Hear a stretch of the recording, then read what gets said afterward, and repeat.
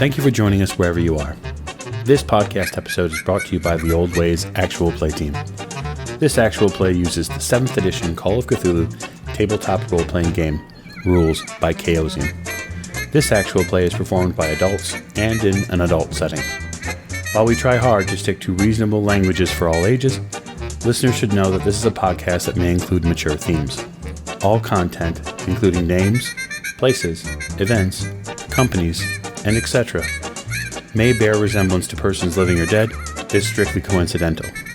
My name is Michael Diamond, and for tonight's game, I will be your keeper. What I want to do is I want to do what we started with last week, and I just want to go around the table really quick and get some basic introductions of who your character is and the last thing you remember from last game.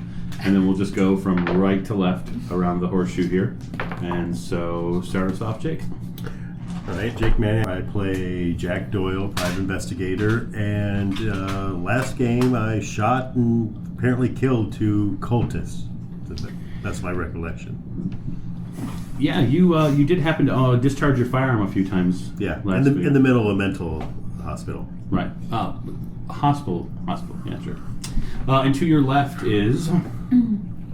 I'm Heather Ashcraft, and I play Anastasia Edwina Fairchild, better known as Stasi to her friends. I was not here the last game session, so my recollection goes back one before that, and we had just completed searching through some offices and a garage, and finding a bottle of 60 proof homemade whiskey, which of the 3 bottles, Stasi, being a bit of a lush that she is, decided to take one home and try it out while speaking with her roommate, who is in California at this time, who had previously asked her to look in on a friend that she had heard had passed, which started her part of this whole investigation. And so comforting a friend on the phone led to more tasting of the whiskey, and the next thing Stasi remembers is it's now almost noon and she is just waking up with a terrible headache, desperately needing coffee and a bit of the hair of the dog that bit her. Wonderful. At the end of the table this time. Yes, at the end of the table, Mr. Lonnie Harris, and I'm playing Lawrence Edward Oliver Forsyth, a civil engineer who would really like to get back to working on the Tribune Tower, but somebody keeps getting shot in the middle of it. So these things, they do happen. They do happen. And I don't even pull a gun, so I don't understand. Give it time. My name is James Bennell, and I'll be playing Dr. Sigmund Tartenbach, the doctor of the group, and the last thing he remembers is that he was very busy in the back of a car and covered in a lot of blood and very busy and trying to concentrate. Thank you. You were, and whose blood was it? It was mine. Indeed. Tiffany McCaskey going to be playing Maeve O'Shea, who was cut from shoulder to shoulder from a crazy mental orderly. Those orderlies, They'll get you every time. Okay, so as we raise the curtain on tonight's scene, we're actually going to start in kind of a different position. So everybody who was a part of the last game session, you just keep your heels cooled for me for a little bit while I prepare things for you a bit. So Stasi, you round about 11:30 or so, 11:45, you have made it down to Dr. Tottenbach's office. You know, you're probably a little late, but the group didn't really decide when they were going or what they were doing next. They just said that we were all going to gather at the office, and with the bit of a ring in your ear, maybe from last night, you're not really sure. The pounding in my head, darling, does continue, and these sunglasses are just not dark enough to keep out the sun. You're fairly familiar that the doctor's assistant, Lily, happens to make excellent coffee. And the doctor may have some medicinal products on site that might assist with your headache or Lord knows anything else you might have. Oh, dear God in heaven, I do hope so. So you approach the office, and it appears to be open. There's a young woman that passes you on the way out. She's coming out from the office. She smiles and says, "Good morning." They say that. She definitely kind of moves around you to let you enter the office. When you enter Dr. Tottenbach's office, it's just as you'd left it the previous day. There's no other patients here but you. And Lily is sitting behind the desk. She greets you warmly. "Oh, good morning. How can I help you? Are you all right?" Lily, darling, a bottle of aspirin and the strongest coffee that you can cut with a knife and a fork, please. "My, of course. Here, just take a seat." She comes around the desk and kind of gingerly assists you into a chair that the doctor has available. And I'm good, but thank you, darling. she begins fretting over you for the next 10 or 15 minutes, making sure that you have everything you need. Just the aspirin. Or if you have something stronger? I Come on, darling. I am in a way. believe the doctor does. I mean... He is a doctor, though, is he not? Yes. Dr. Tottenbach is a licensed physician. He does have many possible medications. Something that will at least keep me awake, but take care of this train that is running through my skull. Yes, give me but a moment. Let me see if I can find something. She kind of totters off in the back, and you're kind of coaxing your head a little bit, and you can hear her in the next room just kind of going through what sounds like cabinets. You hear cabinets opening, and you hear a couple of glass jars and whatnot. And you hear a bell, a very slight bell at the front door. Lily? Lily! Lily? You hear footsteps in the room with you.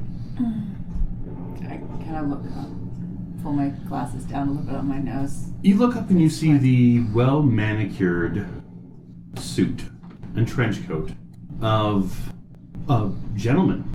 He's graying at the temples, probably 40s, maybe? Quite the stern gaze from his position.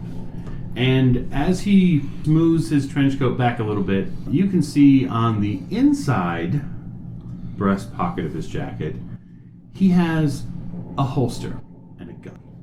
"Good morning." That's what they claim. The secretary will be out in a minute. "Wonderful." Lily comes out. I'm sorry, I didn't hear you come in. Just one moment. She kind of hustles over to you and sets a cup of fresh coffee down with a rather large white tablet. Oh, you are a goddess. Thank you. Thank you. Just give me one moment. I'll Yeah, let me know if fine. you need anything else. No. She turns to the gentleman who's Dear God, no. standing there. Not that you... Can I help you, sir? He extends his hand and takes off his hat and then places it on the hat rack. I pop that pill as fast as possible and down it with about a half a cup of that coffee right away. "You are Lily, aren't you?" You hear his voice kind of radiate out throughout the room. Yes. Can I help you? "I'm looking for Dr. Tottenbach. Has he arrived yet for the day?" Lily shakes her head. The doctor is out taking calls. I'm sorry. "Do you know when he'll be back?" Lily shakes her head again. I'm really not certain." "Well, you have a wonderful office here, ma'am. That coffee smells wonderful. Mind if I have a cup?" "Oh, of course. She hustles back off. So, the rest of you are driving back to the doctor's office. Are we? I would assume so, as I'm there's driving this car. a Maybe patient- not. As there's someone bleeding all over your back seat, Mr. Yeah, Price. there's also someone unconscious in the trunk as That's well. true. Yeah. So before I assume that, Wait, very who well, we put in the trunk? The cultist. Oh, that's right. Mr. Forsyth, where are you Where'd they driving go? to? Rationally. Rationally, yes. I'm going back to the doctor's office. Quite. You arrive at the doctor's office. It doesn't take you very long to get there. Dunning is... Is there a back entrance? No, not my office. No, I wouldn't believe so. No, it would be the front door. This is Well, actually, wait, strike that. We, in an episode, did discuss Going on the back. a side entrance for your business when they came and collected That's true. the lady who passed away. That's true. So there is a side entrance, yes, but there's no direct walk up for or drive up for a car. It would be just a small sidewalk that would walk back towards that section.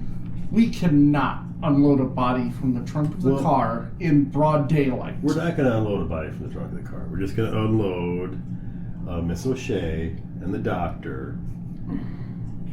And leave him in the trunk. Yeah. Mr. Doyle, you deal with the one in the trunk, and I will deal with the one that's currently please keeping it on the road, Mr. Forsyth. It's currently bleeding all over the place. My dear, if you would please stop bleeding, that would be quite helpful. Try my best. Yeah, you are down a few hit points now. Are you doing any first aid to her? Oh yeah. Do you want me to do another medical roll?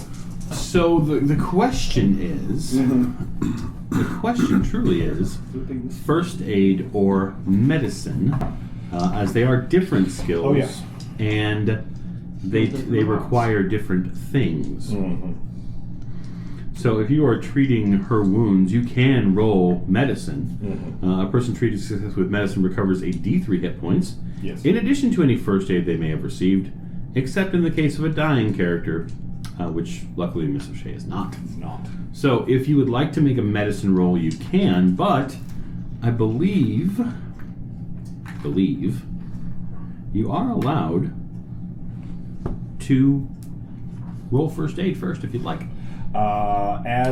Which would make sense because you're in a rush position in the back of a car. Yes. First aid, I would surmise, would be Yes. what you would do first. Combat first aid would be first, yes. Which I am not as skilled in as medicine. I'm more of a school. Does this hurt? Oh, wow, okay, if I press here, then more blood comes out. If I press here, less blood comes out. So I'm going to keep pressing here. Shocking. 99. No. Ooh. I said keep it on the road! Oh yeah, So- blame the driver. A 99 is not great. No. Not great at all. You can push it. You could. What, over the edge? It's not a combat roll, so it can be pushed. A fumble means something really bad happens.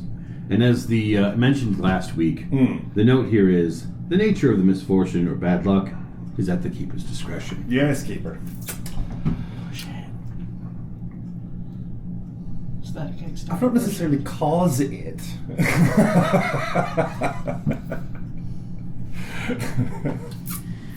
Up to you. The thing is, if you push the roll, Yeah. you have to have a hard success to succeed. And we don't even want to talk about you spending luck, because it would be far too much luck. Yeah. Considering my dice apparently hate me this far, I'm not going to push my luck. Very well, very well. Miss O'Shea, take another point of damage. Yes.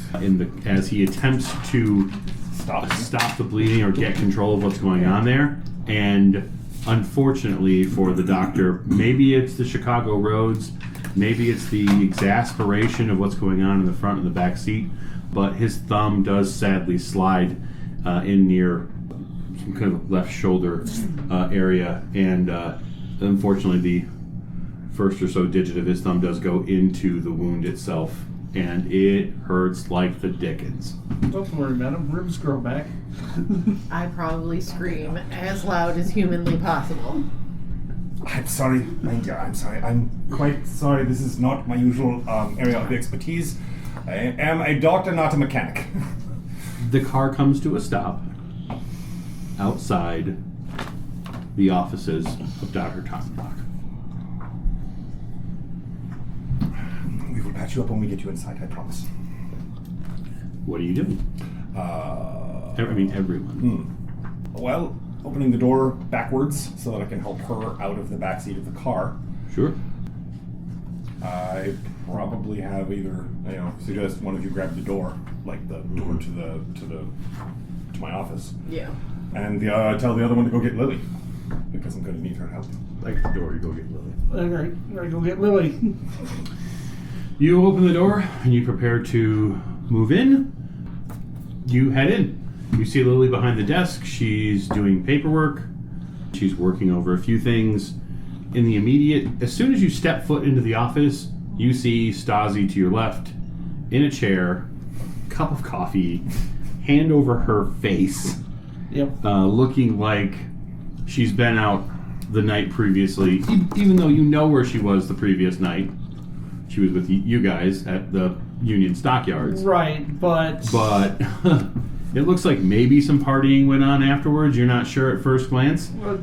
I can make assumptions based off of the times that I have met the madam. Go ahead and give me a hard spot hidden roll. Sure. Hard Yes, spot sir. hidden roll. Hard.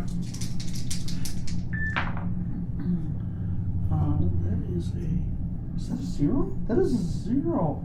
That's a 4. Yeah. So past your first two steps, when you get towards Lily's desk, the hair on the back of your neck stands up on end. Mm-hmm. There is somebody in this room who's not obvious in your immediate perception. Right. And you another snap person. left, and there's a person standing there Okay. who's not, well, for a moment, you're not sure who it is, and then you immediately clear it up as the shadows of the room bend back a little bit, or he steps more into the daylight that's available, and that's your old friend, Detective William Belmont. I look at him and then I look at her and I say, Lily, the doctor sent me, he's bringing in a patient, Miss O'Shea. I look up. Lily jumps to her feet, and she says, "Of course," and she, do you know what's wrong? She's been cut. Okay, It's, all right. it's She bad. goes into the examination room and begins preparing a bed, and Mr. Forsyth, As Yes. I get towards the door. What? Achtung! Lily! do you need further assistance? Yes, come with me. I shoot the rest of the Your- coffee down my gullet and Very whatever well. I can do. The two of you step back outside. I run back outside looking for all the world like a man who's in a panic Right. and not paying attention to anyone else. What And the- hopefully Mr. Belmont sees that. What the hell happened? I have her helping her inside. I don't Mr. have to Doyle, explain right now. I am not Belmont stable. occupied. You're probably going to have to help him get her inside, just because she's. And I Well, walk he's with got a cane. bad. Yeah, I've got a bad leg, so. Wait, that's a I'll help her. detective? That's Belmont, the guy running the investigation. All right. Move her inside Mhm. and You have to keep him directly occupied. into the OR, as it were. All right. Into the action room. Yes. Okay. After speaking with that, we split. I go back into the office. Give me a moment then. The three of you with your cane and Miss O'Shea in one hand, and then obviously Mr. Doyle assisting you with Miss O'Shea. You walk into your place of business. Sometimes one would call it your residence, Sure. given how much time you spend here. How much I sleep here. And you know every inch of this room, and there is something in it you are not prepared for. And that is a detective from the Chicago Police Department. He greets you. Good morning, Doctor. Good morning. Oh, Miss O'Shea. Good morning, Mr. And Mr. Doyle. How wonderful to see you all. Don't let me keep you. No, absolutely, and nor would I, if you don't mind. Right around him into the action room. Sure. Right this way, Miss O'Shea, please. Lay down on the table, relax. I will have the pain gone in a moment, and your wound gone even faster. You come in. So I come into the. I, on purpose, align myself so that should I happen, as I trip myself, with the air quotes there, I stumble into Detective Belmont. Okay. So you're going to attempt to... Pick his pocket? No, just stumble into him. Okay. She's drunk. It's fine. Ish. Detective Belmont Oh, I'm. Keeps you from stumbling into him, and he deftly grabs your arm in a firm yet comforting way and makes sure you don't stumble. Oh.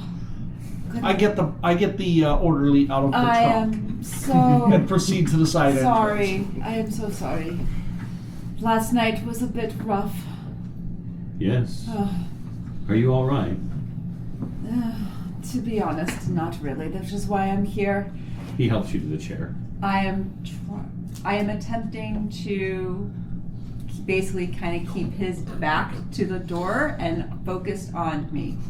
Okay, so if you're attempting to do something specific like that will probably require a roll. Just because obviously the detective's purpose here is to detect. Yes. And if you're attempting to keep him from detecting, then he is going to be a little bit concerned. So I guess the question is how are you attempting to do that? What skill would you utilize to do that? Are you attempting to captivate him by your current state? Charm. I think charm would work. Okay, you could do that. You could roll charm if you'd like. Charm. I think if charm or persuade. I think at this point in the action, charm would probably be the first. Because you're not actually asking him to do anything specific. Again, yes. So you're just trying to impress him. You know? the wheels. Well, you're trying to turn the star power on a little bit and say, hey, look at me, look at me. No, this is a suggestion. I'm suggesting that she grease his wheels. That comes later. I'll do whatever it takes. A lot of D20s there. Are you Yeah. sure you're not a D&D player? This is an adult podcast. I was going to say, easily edit it out. I made sure there was a silence before and after. Thank you. So that we can That do the is best. an extreme. Okay, so you rolled what on your charm? 14. My extreme is 15. Your Okay, so your charm is in the 70s? 75. Ooh. Okay. It is an opposed roll, thankfully, but we'll wait on that for the moment. That's good. You seem to have the detective's attention. You would even maybe gather that the detective's eyes may be off the room where he was trying to keep an eye on, and perhaps they're more aimed at your neckline at this point.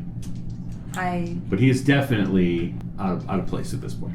I continue to make sure that my body movements emphasize where to keep his, like that. Sure. To keep his eyes. No, not you, doctor. And It's a different skill. to No, it's bad. utilize every ounce of my charms to keep his attention approximately where I'd like it to be, which is, Sure. yes. Wonderful. Mr. Forsyth, then tell me what it is that you're doing with the body you've pulled out of the trunk. Well, he's still alive. He's Why did you not pull dead. his body out of there? Because I can't leave him in there. He might wake up. Then drive off. I want him in a place where he can be restrained. The doctor's office has restraints. I know this because I've seen them. Okay, so... So what I do is I go to the trunk. Sure. I open the trunk very quickly. I cantilever out the body onto my shoulder, just like I left the medical facility. Yes. I shut the trunk with Okay. my other hand, and then I groan off to the side entrance. I'm sure people see, but I'm not worried at this point. And then I rap on the side door. Give me one moment. Not loud, but I definitely rap on the side door. Because if I remember correctly, this guy had been shot also. No. No? Nope. You'd just been You knocked knocked him out. out. Didn't he get hit with something though? I Nope. seem to remember he was down a few points before I tackled him. No, this gentleman, the orderly that you have over your shoulder, was sword fighting, sort of, the melee fighting with the doctor. And basically they were attacking and parrying each other, and when you came in, if memory serves correctly, you simply shouldered him into the couch and did enough damage to knock him out. Oh, okay. He's only keep in mind he's only temporarily knocked out. So Right. at the side door, Lily appears. She opens it. Mr. Forsyth. Mr. Forsyth. Get this man on a table, restrained, Help me with him. preferably gagged. Gagged? Yes. She looks a little uneasy about it, but she helps you get him into Yes. a back room, basically, where the doctor keeps an emergency bed if necessary. And she perks up a bit and says, "Do you have any experience with field medicine?" No. None? None. Okay, guess what? You just became a nurse. Lily's definitely getting a raise. Yep. So Hey, isn't you that and how I her got my begin. job? You and her begin 100%. getting out what is necessary to restrict a patient who is going through seizures, which Yes. is equipment that the doctor would have. Yes. So I'll leave you there. Mr. Doyle, are you staying in the room while the doctor works on Miss O'Shea? No, I don't think so, because they don't need me in here, and the detective is out there, and somebody's got to deal with that. You might be right. Okay. So you get her on the table. You Wunderbar. prepare to do your stuff. You kind of Oh, yeah. rinse real quick and get what you need. And by the time you prepare to turn around to tell Mr. Doyle he should probably exit stage left because you're about to work with a patient, he has already turned his back and is moving out the door. Thank you, Mr. Doyle. Close the door behind him. Fairchild. Okay, so you close the door behind him. We'll stay spotlighted on you for a second.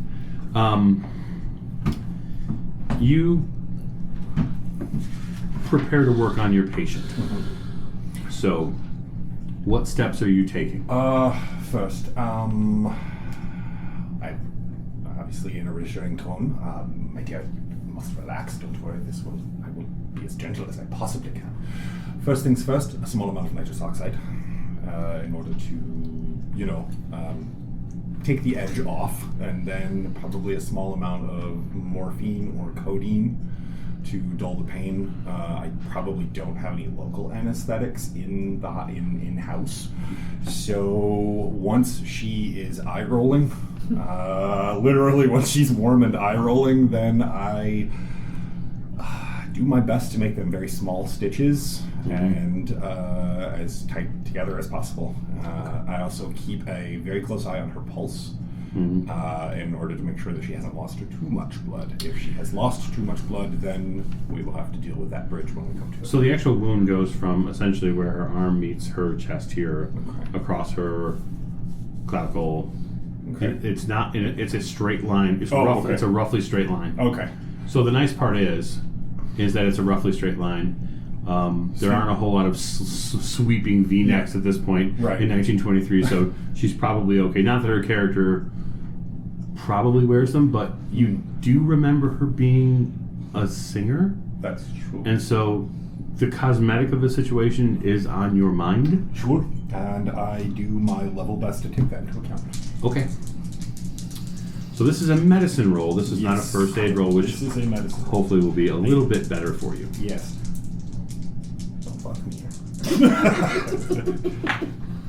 8. Okay, so what is your medicine skill? My medicine skill is a 75. It's under 15, which Okay. is my... What's that? That's Extreme. Yeah. Extreme, Oh, yeah. yeah. So that's my an fifth extreme. level. That's an extreme success. Yes. Wonderful, wonderful, wonderful. That's Wunderbar. great. Okay, so the first things first. Roll a d3. Okay.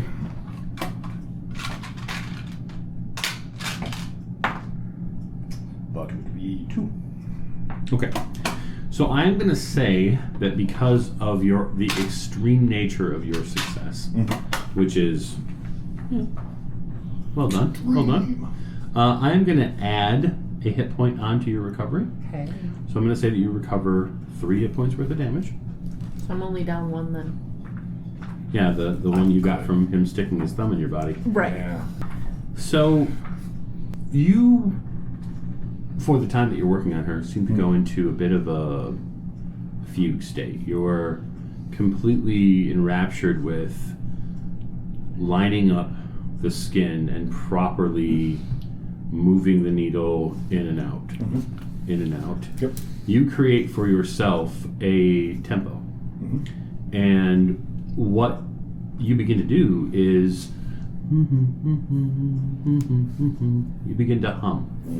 And as you hum and move the needle in and out, in a matter of 10 minutes or so, you've made it halfway across her body. And you begin to get the sense that you are doing a really fine job. And unlike many times when you've been in this position before, you are not flooded with any anxious nature over the head. You are in the zone, Doctor. Mr. Doyle, you step outside to speak with the police officer. When you arrive back on the scene, Proud of my work. Dr. Belmont seems to be somewhat enraptured with the neckline of your compatriot there. He's It's a very they're rapturous neckline. they're talking back and forth. He seems oddly personable. He wasn't personable at all when you met him the last time. Well, you know, you tried to charge me with murder, so. He did try to charge you with murder. You should have waited 2 weeks. That was self-defense, thank you. Actually, technically speaking, the murder at the Kiss happened Friday. Today is Monday. Oh, Yeah. okay, so yeah, you should have waited a weekend. It's been a really long week. I know, right? Like Ferris Bueller long. Yeah. Agreed.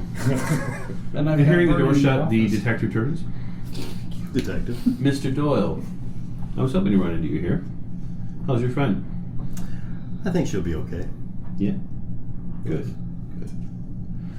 So, I wanted to let you know you probably shouldn't make any plans to leave town anytime soon. Well, luckily I wasn't. Good. My lawyer did get a hold of you, didn't he? We have had some contact with the legal profession, yes. We have pretty regularly, actually. The weekend slows things down a few times, but the paperwork's been submitted as of this morning. I figured I would stop by here just in case the whispers on the street were true that you and the doctor have become acquainted with one another. Yes, I have been helping him with an investigation into a possible contagion in the city. Contagion.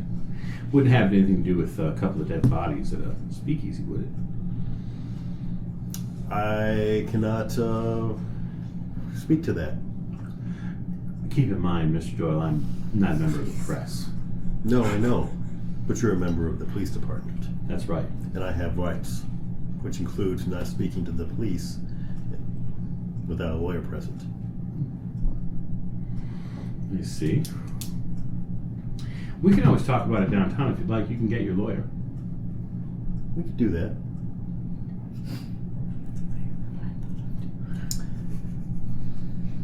You see his eyes look back and forth just slightly out the doctor's front office window, as if...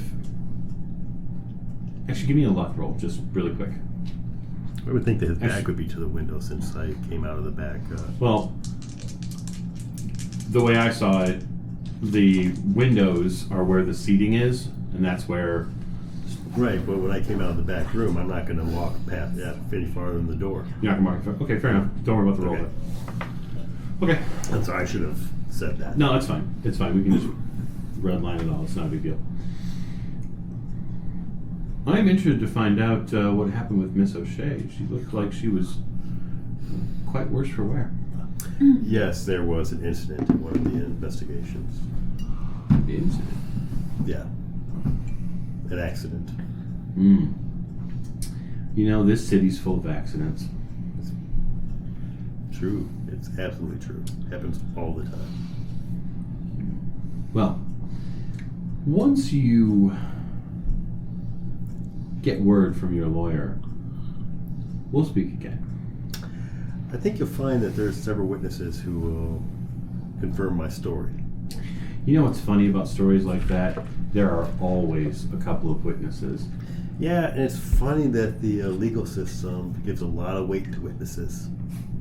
And there's this thing called innocent before, proven guilty. I would know, having worked on the force for a while. Before I went and fought in the war. We're well aware of your service to the police force and to the country. Right. Which is, of course, laudable for any man. I'm sure we all couldn't have done that. Oh, I was a little busy here. Right. Sadly. Mm-hmm. I just, nothing. I don't mean anything about it.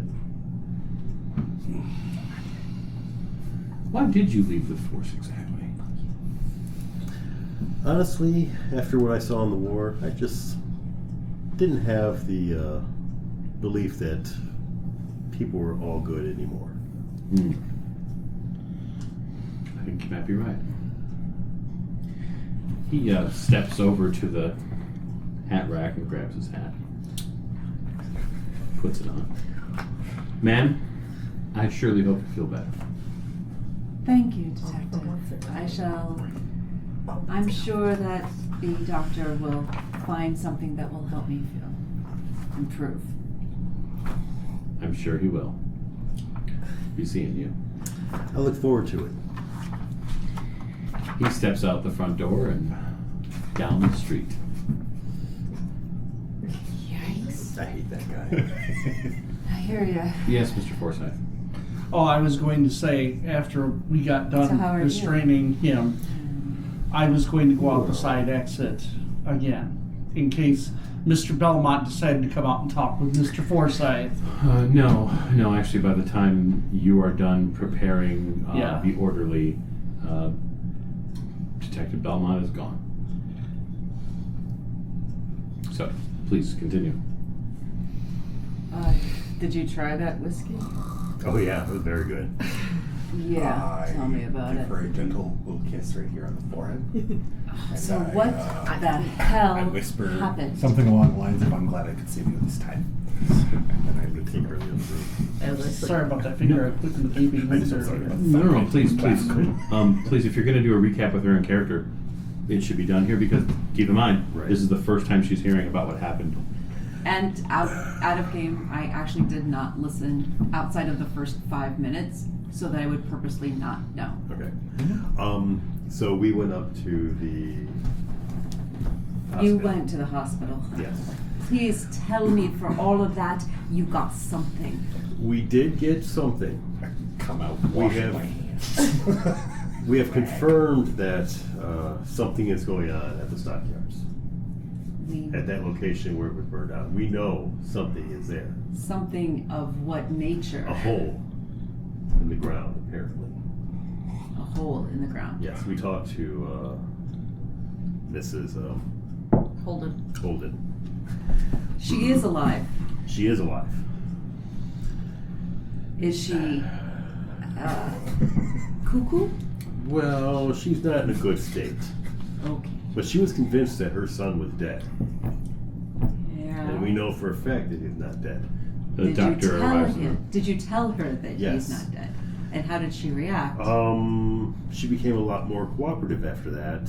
Right before we were attacked by several orderlies.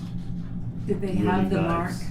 Did they have the mark on them? I don't know, but we do have one of the orderlies. We with can us. find out if he has the mark. We should. That would explain a few things. So Like a pair I'm of assuming gloves. in the ensuing battle, I don't know where he is, but I'm assuming you don't want any kind of fingerprints on him. Oh, yeah. fingerprints would probably not be a good thing. Just as a historical note here, 1923 fingerprints not Not a big thing. it's not that it's not done. It's just that it's not very common yet. They didn't have the FBI database until like the late 30s, I Right. believe. Yeah. So So less to check it Any against. possible marks. Yeah. And the database would only have had criminals in it. Those were the people they could get their hands on. yeah, like most of you. No, So I'm kidding. assuming that her new scar, her new piece Yes. is from that. Well, luckily or unluckily, depending on your point of view, she was the only one of us wounded. I'll go. But there are 2 bodies lying in the hospital right now with gunshot wounds. Well, 1 wounded versus 2 dead. I'll take those odds. I will say, it is some of my very best work. I'm actually quite proud of it. Well, hopefully it doesn't leave too bad a scar. Actually, if We she need to- properly maintains it, she should leave no scarring at all. Almost. Maybe a thin line, perhaps. A scar means a story. This is true. This is not a bad thing, at least in my line of work. Lily comes into the room. Doctor. Lily. She hands you a cup of coffee. Because I actually just over the last 4 Lily. days, I Lily. give Lily a hug. I know it's a little inappropriate, but I just hold up my cup. Lily, just point to the cup. One moment. She takes your hug respectfully, but she Never jerk alone. Bad idea. she puts a soft yet firm hand to get some distance from you. I mean no offense by it, my dear. I'm just happy to see a sane face. No, you just smell like surgery gloves. Yourself? My dear, the raise in your face that we were talking about, you have more than earned it. We will discuss it tomorrow. There is a More fun situation. things can happen that way. In back, she kind of walks a bit towards Stasi's coffee cup and pours it, and then kind of very simply but yet deftly pirouettes a bit to the front door and shuts it and locks it. In the storage room. Oh, thank you. Wunderbar. Mr. Goyens. After you, Doctor. I come back to a blocked door. If you come back, she would see you and Yeah. let you in, and then Yeah. lock the door. And then there's a sign, Yeah. right, that says open or close, and she flips it to closed. Okay. Open a few of the drawers. So, quick question: since some time has passed Smelling since I salts. popped whatever tablet Smelling she salts. gave me, I've never done this before. any effects? Yeah, absolutely. You've cleared up quite a bit. Either, so. I'm feeling. The clouds have lifted. You actually feel a little bit Forceps. higher up than you were What do you think we're gonna expecting. do? The coffee's leveling you out a little bit. But you're concerned that if you finish the second cup, maybe you get a bit of gizzard. However, Okay. I do condone scanning the Schweiz. Okay, just to confirm. All right, Yeah. thank you. That's fair. I pull out a pair of forceps and a scalpel. Okay. I look at, as I said, if we can replay it. What do you Please do. think we're going to do? What? Oh, these. Yeah, Yeah. no, this is all psychological, my friend. I do not condone torture, but I do condone scaring the scheiße out of someone. Okay. So your plan is to interrogate the. Or no, my plan is to be the, what do they call it? What's there's the bad cop and it's the good cop. It's a good cop. Yeah. Right. And you're going to be. It's a good cop. Okay. Yeah. I hear that. Good I'm doctor, coming good into cop. the room to watch. So this scene is going to take place in the back room. This is normally where there are supplies. There's a small, comfortable chair back here where it looks like maybe the doctor can take a nap at some point. And then there's also a auxiliary bed here. And on this auxiliary bed there is the Dunning orderly who has been strapped to it by several thick leather straps. There has been some sort of fabric shoved into his mouth and a strap put over said fabric so that way he cannot lift his head and he cannot move his arms or his legs. Hey, Doc. What exactly happens back here? I don't ask you about your profession. That's fair. Okay. That's awesome. I actually got this, I believe, at a medical auction.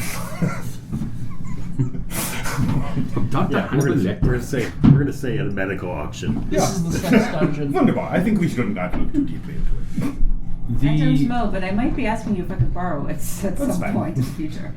It looks like the orderly is beginning to come around a little bit. It's been a good 45 minutes since the incident at Dunning, including transport and then him being strapped to a bed. So he's not awake yet, but he is Starting to stir. So I'll slap him on the face a few times. Try to bring him around.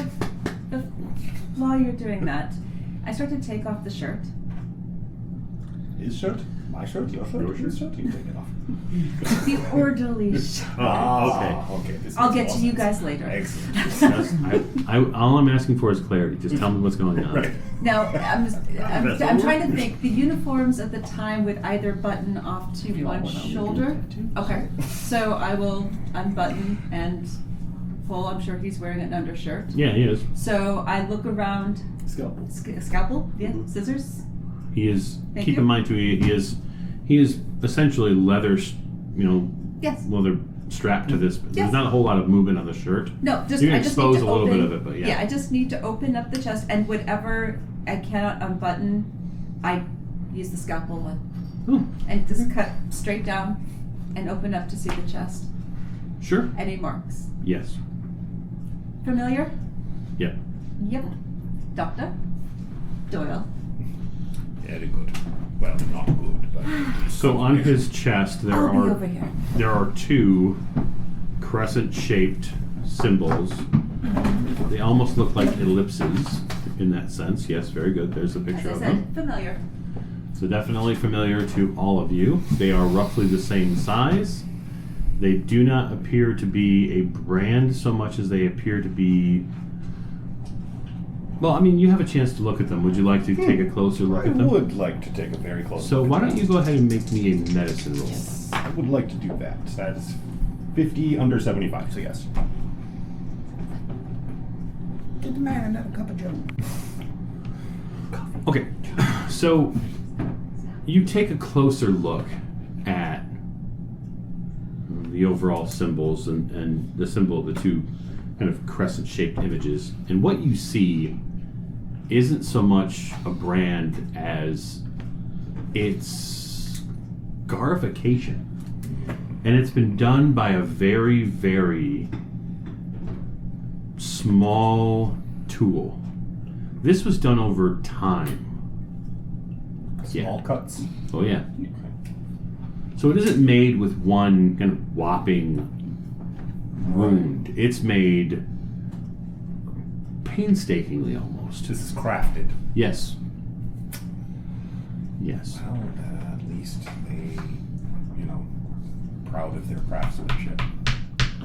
Is this guy white or black? This man's Caucasian. Racist. Good morning. Hello. Hello. Hi.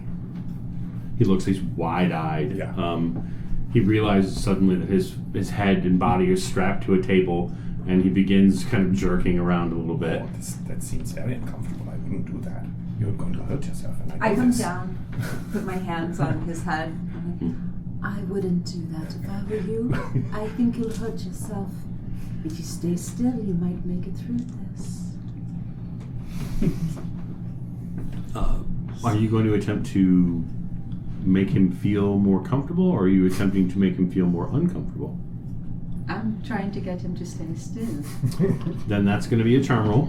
Charm? I'm going to say that you're at disadvantage on this roll. Persuade? No.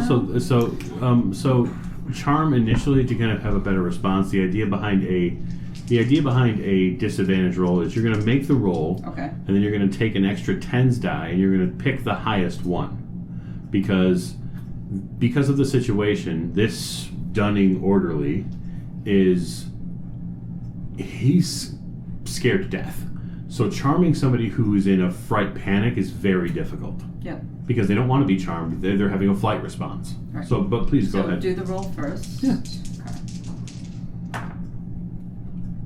That is a 24. That gives me. That's under my hard. Is there a second tens die there, though? Make sure you roll the second tens die. Yeah. So roll another tens I die apologize. for us. I seem to have grabbed a bag without any percentiles. Okay. You're okay. That's a 3. Okay. So 34. it's still 34, so it's well under your charm. So, but yes, my heart is 37. If I'm reading that correctly, I believe. Even at disadvantage, I would tend to believe then you kind of coax him not down all the way, but his jitters calm a little bit. He's definitely trying to make eye contact with you as you grab his head. He's not able to necessarily unless you kind of lean over. I will lean over so he can see my eyes, He which will probably he's- put my bosom up against his. he's still very frightened, but he's no longer shaking. So just to kind of clean up some skill stuff here, doctor, make sure you check the box versus medicine. And then Stasi, make sure you check your Yes. charm box because you've had a successful roll. Yes. Best things to keep up on. Okay, so you have the scene, players. There you go.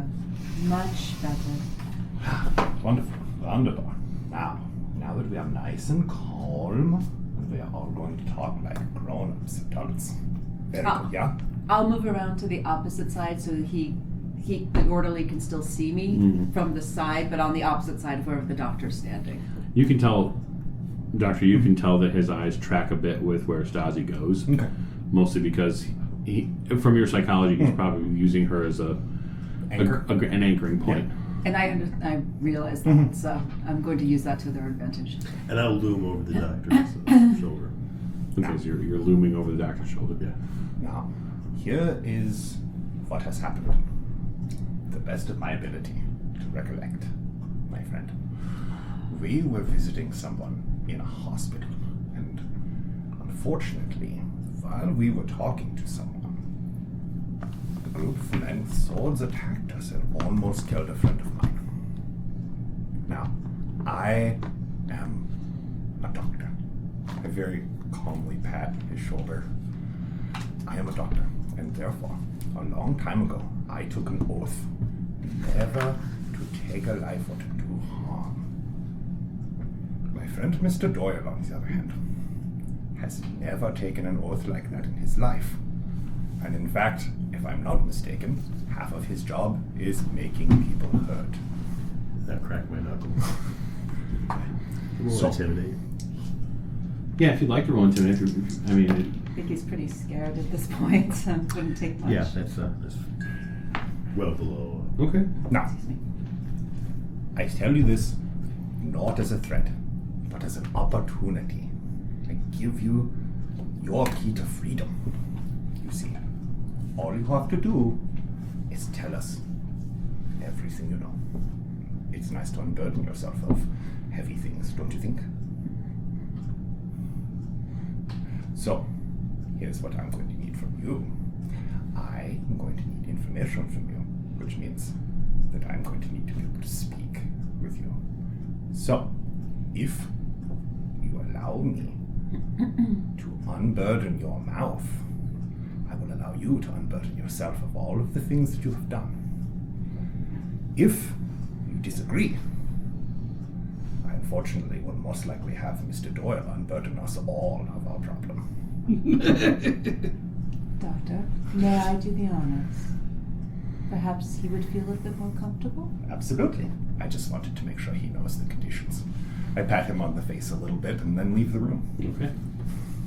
If you agree, Mr. Doyle. hold up 2 fingers. He tries to feebly hold up 2 fingers. Okay. And I kind of come around and lean over him. Way over. I am not unaware of what I have. I'm going to remove this now. If you try to do anything, I can move very quickly out of the way. Understand? He nods. Now be a good boy. And I undo the strap Yeah. and grab the strap and because I'm assuming the fabric that's in his mouth is probably kind of hanging out of him around. So I'll take both. Here we go. And I pull it back slowly. He coughs. There. That wasn't so hard. I move back. Doctor? Oh no, I'm not in the room anymore. Oh. Hippocratic Oath, I literally cannot stand here while you guys do whatever you're gonna do. So, plausible deniability, I leave the room. Okay. I stand back. Mr. Doyle, did you have some questions? So we know all about your little cult you've got going. I stand back. And then I go sit in the chair with my coffee.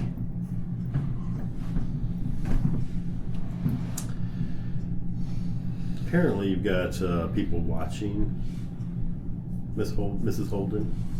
Is that correct? He nods. How many people are there watching Mrs. Holden? How many people of your people are in that hospital?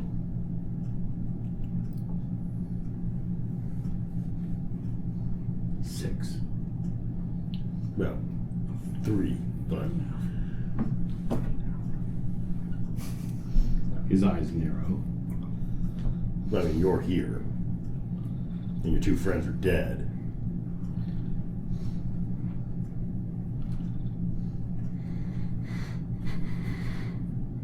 He does seem to react to hearing that his compatriots may have fallen. Obviously, is Mr. Swift the one who has placed them there?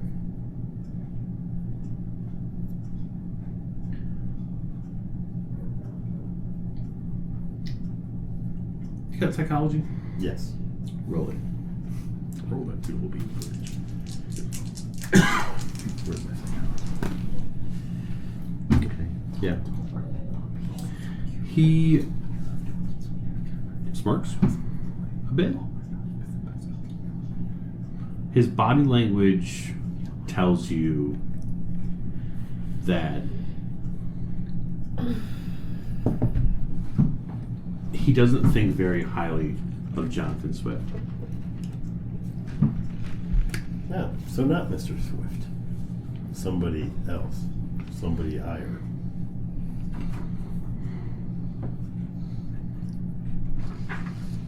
Swift's just another puppet, just like you. Everyone's a puppet. Some of us just know it.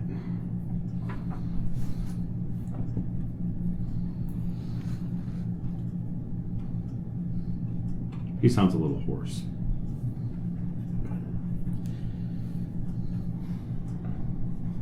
So, you have a name for this puppet master? Yeah.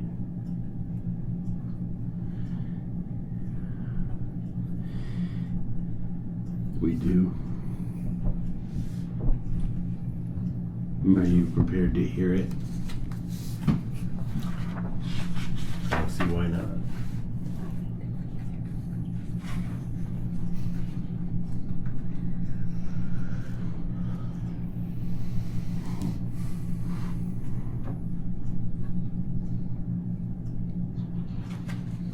He is the formless shadow, the dread in the dark. He moves under your very feet, claws his way into your ears at night.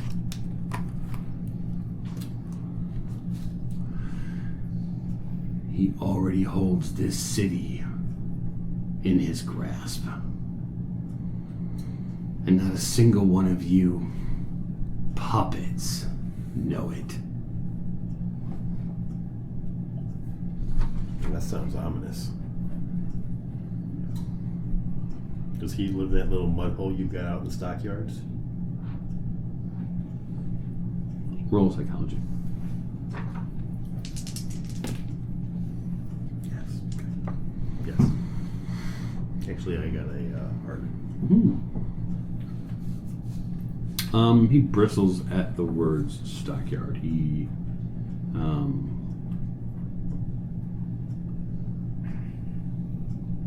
doesn't like you referring to it.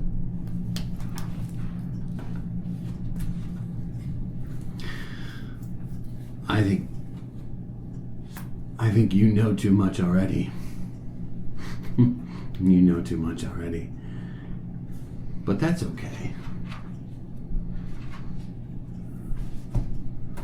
The dread in the dark will sort it all out eventually.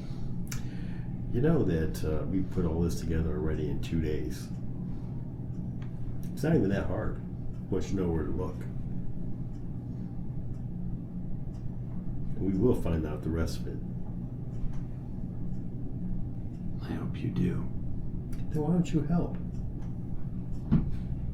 We'll just move this on a little faster, and then we get to see, we get to meet, what's his name, sooner. What's this swing?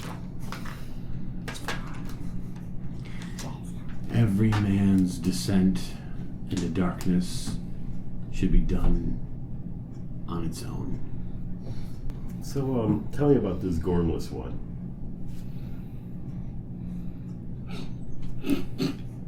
Formless one. Well, same thing. Tell you about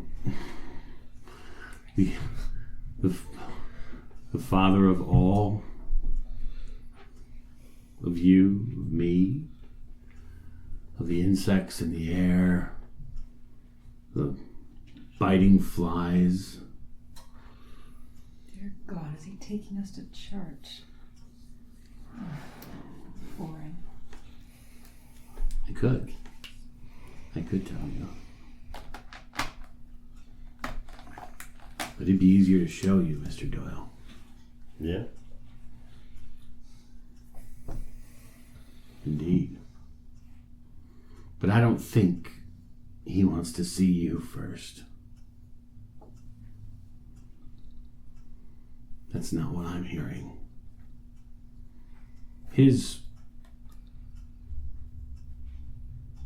eyes cloud over.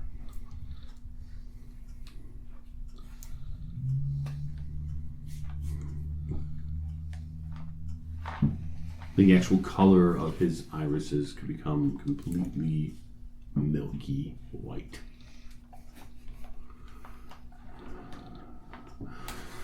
I can hear you, Father. Hey, Doc. Which one would you like first? Sweet Lily? She's so young and perfect. Or perhaps you hear the bed start to shake and rattle. You called? Oh my. Perhaps we'll bring Miss O'Shea with us. Yeah. What did you do? Nothing. Hang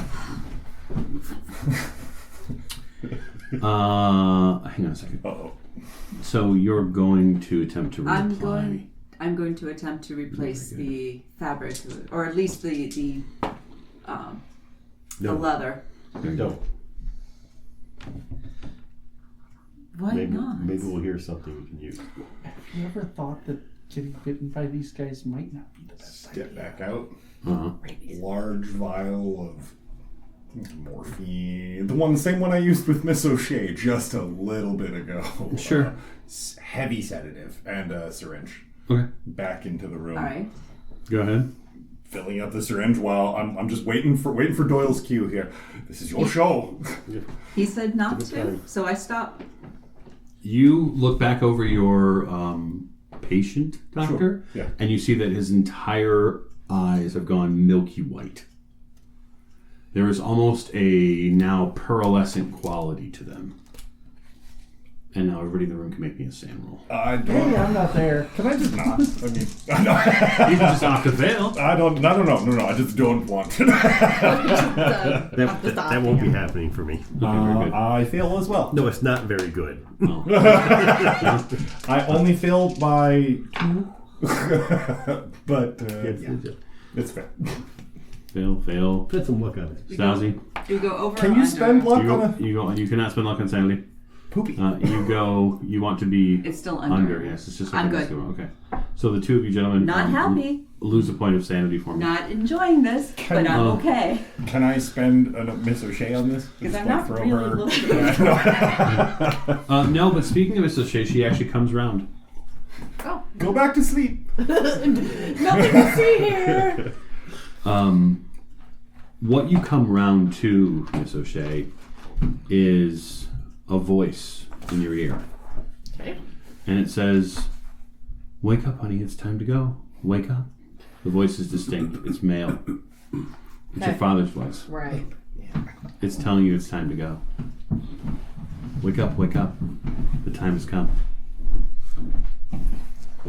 Those of you in the room still see the orderly, the bed is now shaking. This bed is now rattling on the tile floor back there. And for those of you close enough, which is most of you, you can make me a spot hidden roll. Like, am I just blurry-eyed when I first wake up? Oh, yeah. Yeah, okay. You are waking up from a pretty powerful sedative. Right. So. I got a heart. Yep, I also got a hard. Wonderful. Look at all the hard going on.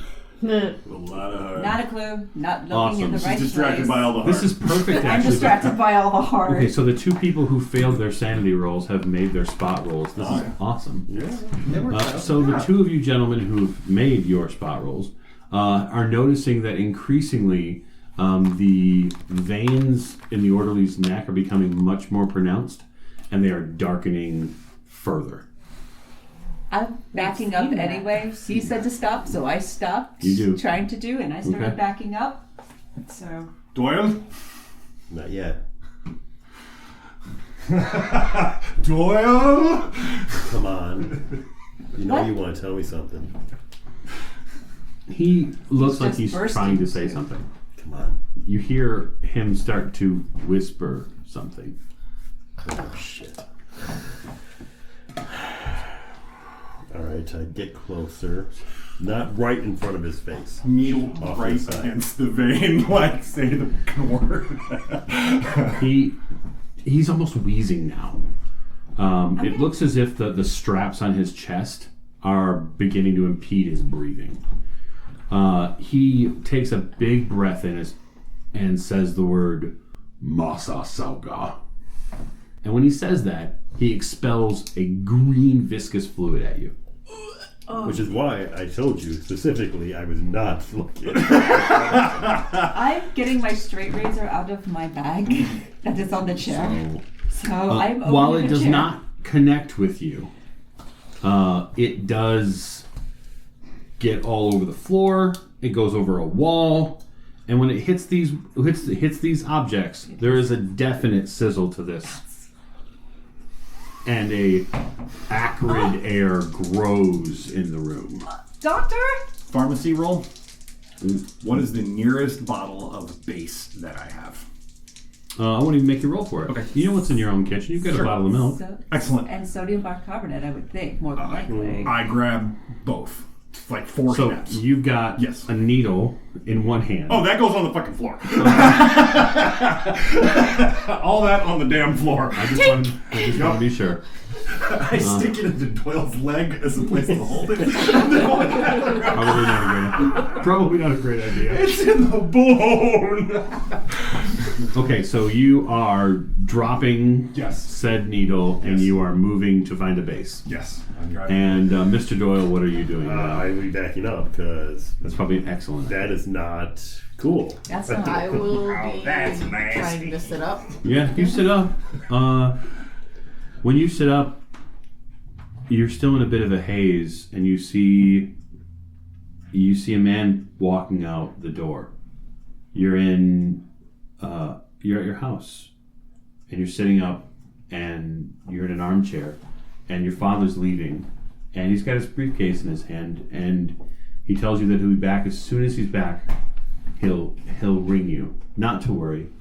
And then your vision flashes again, and you're in the operating room at Dr. Tottenbach's office, and suddenly all you want to do is vomit as the room pitches left and right before steadying. You back up, Mr. Doyle, and then obviously Stasi's probably far enough away to keep herself from being spit on. in that He does appear like his chest is now has this deep kind of growl to it. He seems to be gathering his air as best he can. Doctor, you return with milk. All over the green in the room. I'm neutralizing as much of this shit as possible, or attempting to. Well, no one will cry over it, I suppose. No, well, I'm weeping already, but it's more of a fumes thing. You're doing your best to tamp this down. Yeah. The orderly on the bed is shaking like mad still, and he is whispering in a growled tone that same word that Grace Holden used. Do you have enough, Mr. Doyle? Yeah, I think so. Oh, good. handkerchief, You're dealing with that. I'll take care of That's this. wonderful. handkerchief over the face, straight razor in hand. I think I'm starting to itch. We think it's time for us to get out of here. Are you administering the medicine? Yeah. Okay, so I'm not a doctor, so I'm just punching into his leg. I'm going to say it's going to take at least a first aid roll to apply it. Big old goose egg of morphine in his leg muscle. You got a 30% chance of case. You'll be fine. Look at that. Yeah. 5. It's extreme. Which is... Beautiful. For 30. Again. Yeah, actually. Because 25 is extreme Yeah. as 5, so. You apply the medicine. You apply the medicine very well. Of however much you put in it, which, if memory serves correctly, was quite a bit. Oh, yeah. So he stops flopping pretty quickly.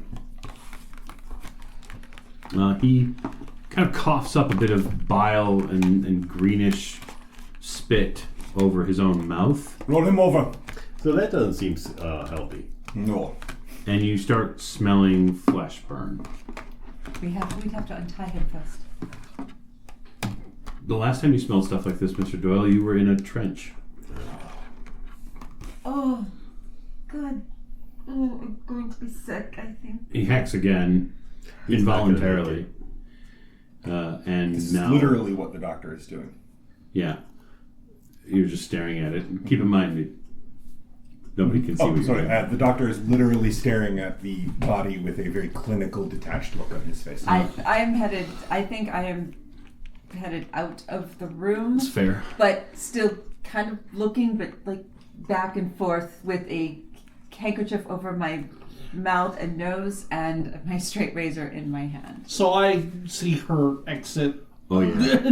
You'd have heard the noise back there too. It's impossible to not hear the noise. I mean, at least some of it. Right, But yeah, she's exiting. If you start to come in, I will just come out and just like She looks a little looks a little green. yeah, she's got a straight razor in her hand too, so I'm not going in. You know, she's sticking that I've seen hand deaths out like at this me. before.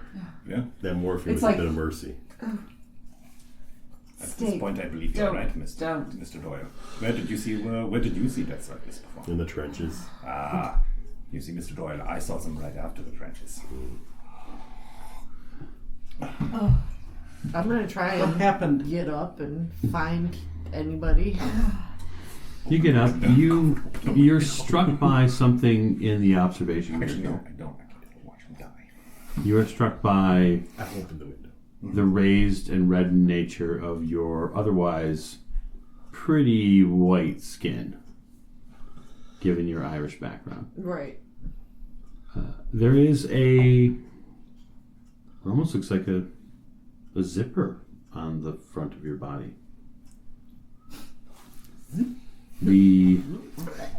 Yeah. You can feel it. It hurts, but it's as if a seamstress pressed you down on their table and connected your skin again. Well, I don't want to touch it. You hear some commotion outside. Then I will go to the door. Prepare yourself, because obviously, not to belabor the point, but the doctor couldn't have sewn your skin back together if your clothes were on, at least your blouse or shirt. Yeah. You'd have to put your clothes back on. Not have to. I mean, you can do what you want, but Yeah. I'm assuming Maeve would. Yeah. Very good. At least, yeah. Well, I'm sure the shirt is probably ruined, but her jacket might be. Absolutely, your jacket would be more than enough to cover you. You move out of the operating room, and you see Stasi kind of pass you with a handkerchief over her nose. She also carries a very acrid smell with her. It smells almost chemical. Does it smell like the liquid he showed me in the jar he had? Maybe just a titch. Okay.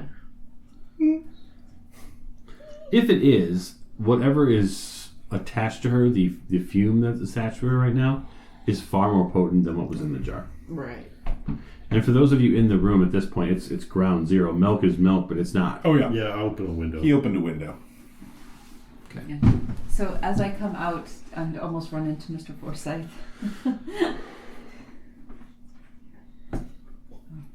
I'm just gonna stand by the OR door then, just like stand there for a while, like.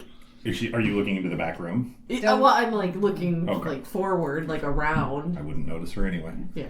Don't go. Don't. Oh.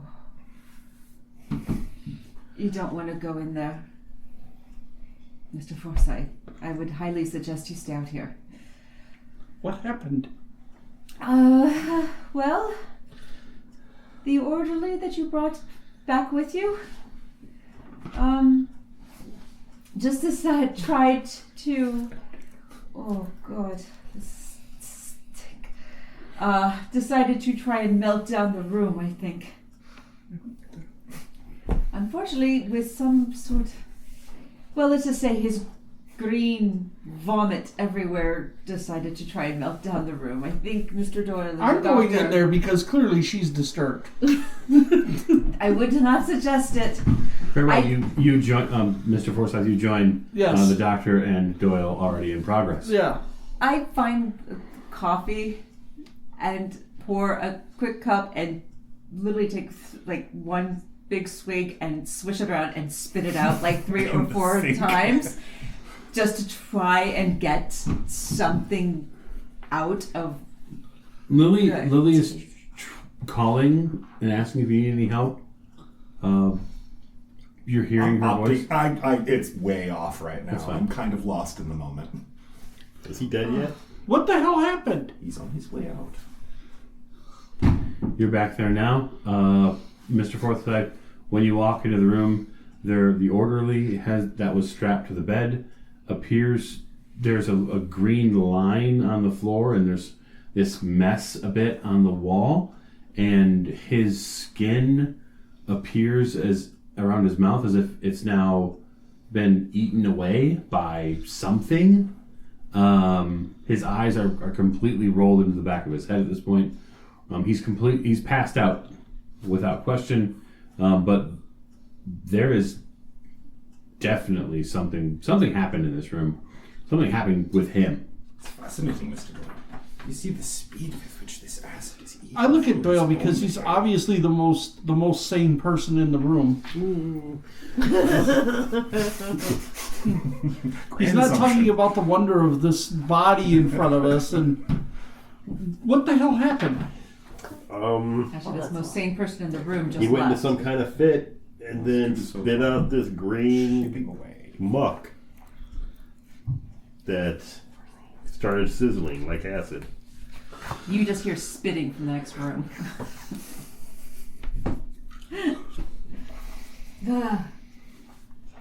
Water running in the sink as I try to wash off any possible whatever I can. Hey, anybody write down that word he said? Massive log, massive log.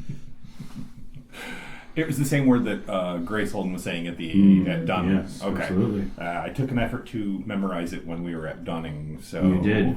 The only word I say while watching him die. Oh, really? What's that? Oh, really? I correct him. Ah, okay. He starts to say it, and you're like, it's massive log. No, the name is. The word he said was. The word is masasauga. The word he said was Masasauga. That's it. I'm not in there, otherwise I would say I would look it up.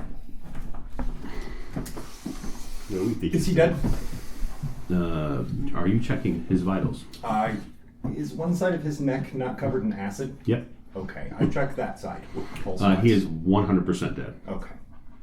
Dead. Stand up. He has expired.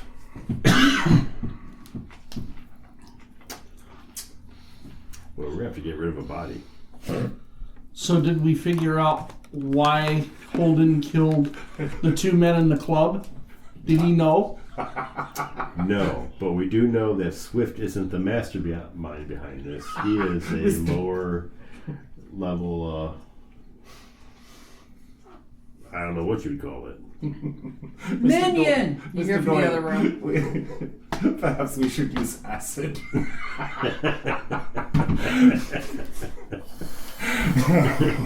I think you took more than a point of sanity on that. Oh, he chipped away slowly. Oh, okay. He had one left. There's all kinds of places we could dump a body. Think twice about it. Come out wiping a bit of a tear out of his eye. Ooh, I do like a good one.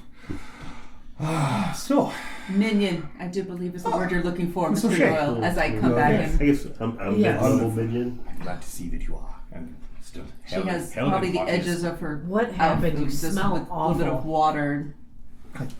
Do my best. Trying I to do not clean shower yet, but of course, yes, I do not smell great. Oh, you are referring to the smell from the back room. Yeah. Well, do you remember the individual that you met at Dunning? You only met very briefly. Gentleman with a large metal object. Oh. Yes. That was him. Oh. Close the door to the back office. You don't want to go back there. Should probably wait till Believe tonight. you. Oh, he did have the mark on him. Oh. I saw that. And there was a name. Bitch. Hang on, that is the name that started with M. Mr. Doyle, what was the word again? Masasagli? No, that's not. It's close though. The word is Masasauga. I'm getting closer. I can look in my books and see if it means anything. He began to say it. Grace Holden was also saying it, but he began to say it right I remember before he that. expelled the smell. Oh. It also came with other unfortunate things. Really, don't go in the back room.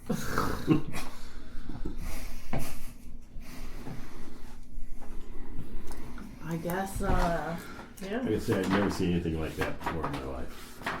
Can I sit down with my books and see if I I have seen projectile vomiting, see anything? but not of Because my books are always with acidic me and I'm nature. like, I've seen satchel. men die in some of the most horrible fashion because there's only like 2 of them. and I have never My seen main anything books. quite like that. Yes, Mustard if you gas. Mustard gas, chlorine gas.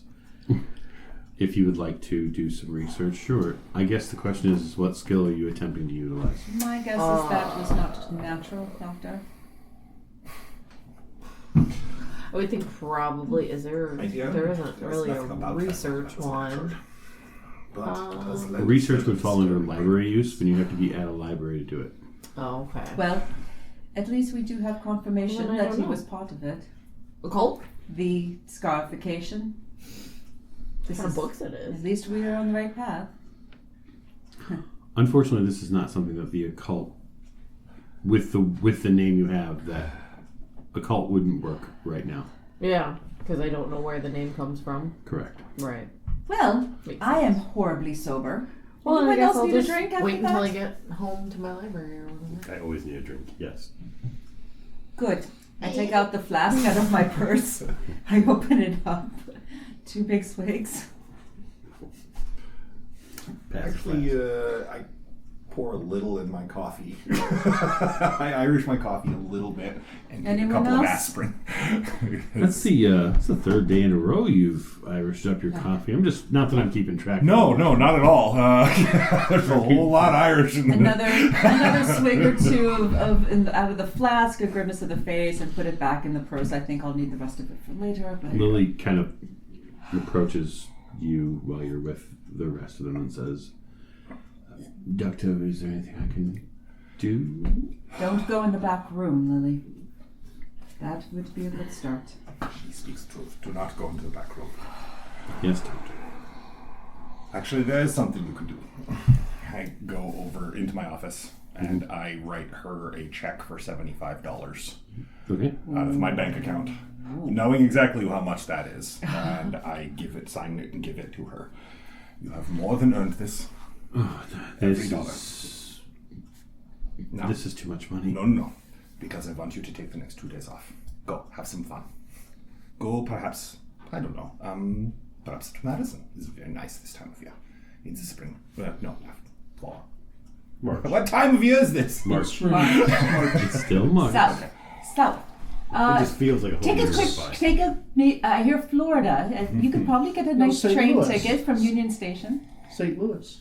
Yeah, St. Louis. St. Louis would be a wonderful few vacation this days. time of year, Lily. And it is not that I don't want you here, because I always want you here, but you have more than earned it. And the last few days, if anything, have proven to be a bit chaotic, and I perhaps think you would be safer somewhere far away for a couple of days until we are sure. If you insist. I do insist. Now go. She takes the check. Get up.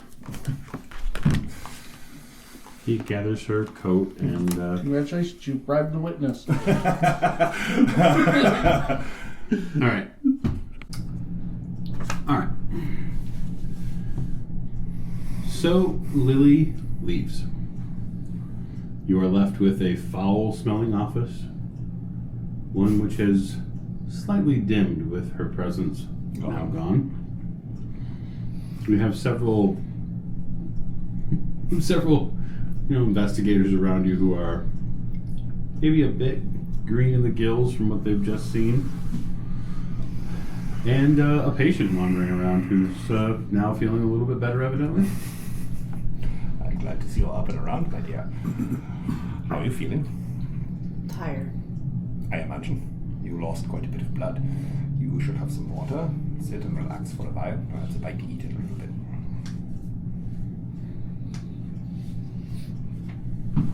I should try and get home too and look up the name. Your name? Oh, right. Name. I'm assuming it's a name. It sounds like a name, with the way people have been saying it. My dear, I will have to concede the fact that I am something out of my element here. I am used to blood and bone making sense, chemicals make sense. This is a bit beyond my field of expertise. I do not know of disease that makes people's eyes glow, regardless of how Glow? quickly it sits in, or I've heard of a disease which causes an excess amount of bile, but that was ridiculous. How do the eyes glow? Glow? Did they glow? Opalescent? Would you say Opal what? Yeah. shiny? Yeah, I think shiny is. Okay. Well, if I'm gonna look this up to go with the... Because remember how I told you about the pit? And lo and behold, there's a pit? I think I'm onto something. By the way, If I can look it up. Mr. Doyle, we are going to need to figure out what we are going to be doing with this side of unfortunate beef we have in my inventory room currently. Yeah, we've been talking about that. I know of a pit. Yeah. We're not hauling this all the way out to the stockyards and dumping it in that pit. Fair enough.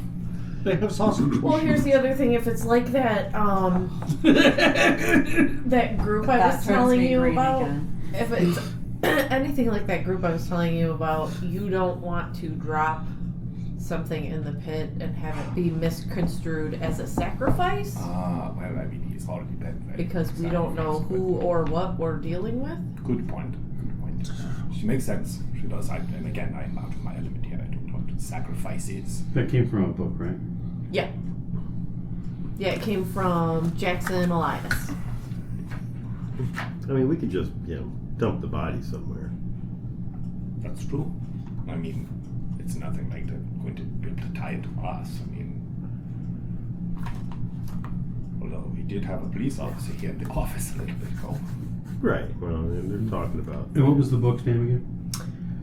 shooting at the kids. So it's nothing to do with No. this. I don't think I got the name of that book, but you did tell me about Perhaps a sword? other books by him, and with the Master of the Black Arts. So I need, which I think I picked up from Alan. Yeah, I did. I got it from Alan because that's where it says here, from one of my fellow members of the order. We obviously don't have to go back to listen to, But had you informed them at all about where you got the information from? Nope. Just told him I had books. Okay, got it. Bring me a sheet. I can accommodate. I go get a sheet from one of the linen closet, bring it back for him. Wrapped him. Back in Mr. Forsyth's car. Mr. Forsyth, are you still with us? Hello. Wait, what? Well, I mean, we've got to move it. We can't exactly put it in a taxi. No. Perhaps we should do this in At the night. evening. Yeah, we'll do it at night. Sure, not now, of course.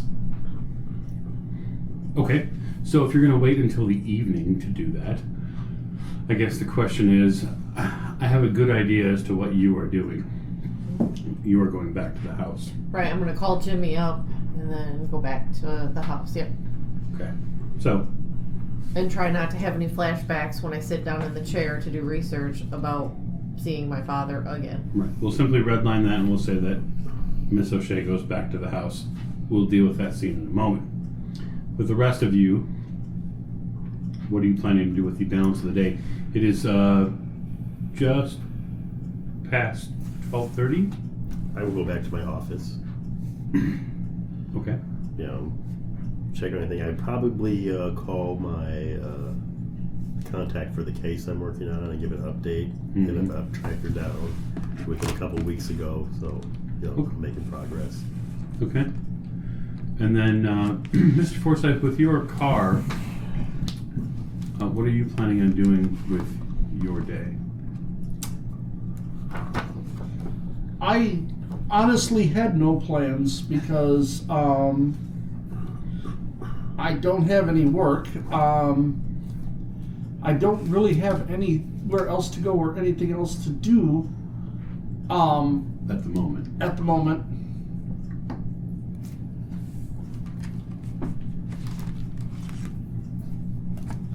I'm a bit irritated right now because nobody could find out why Holden shot Traynor and Willis.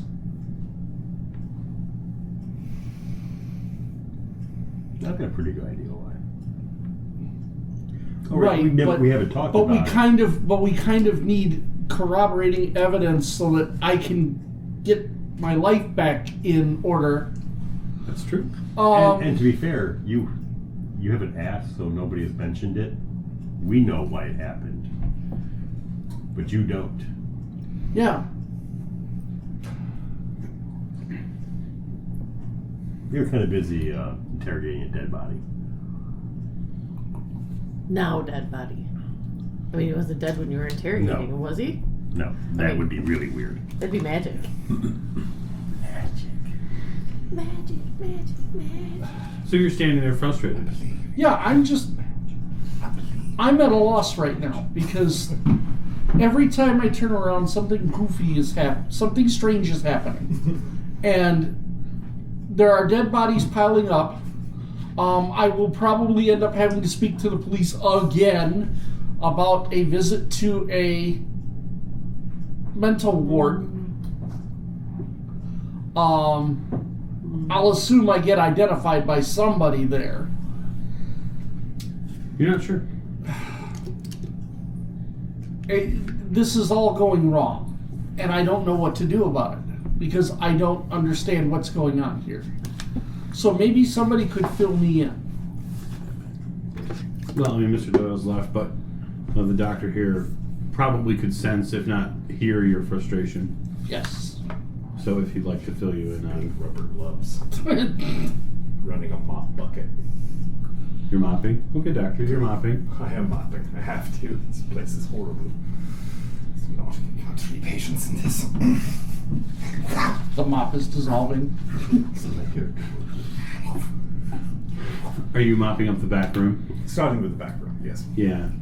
So it does mop up after soap and water and milk and everything else has been put on there.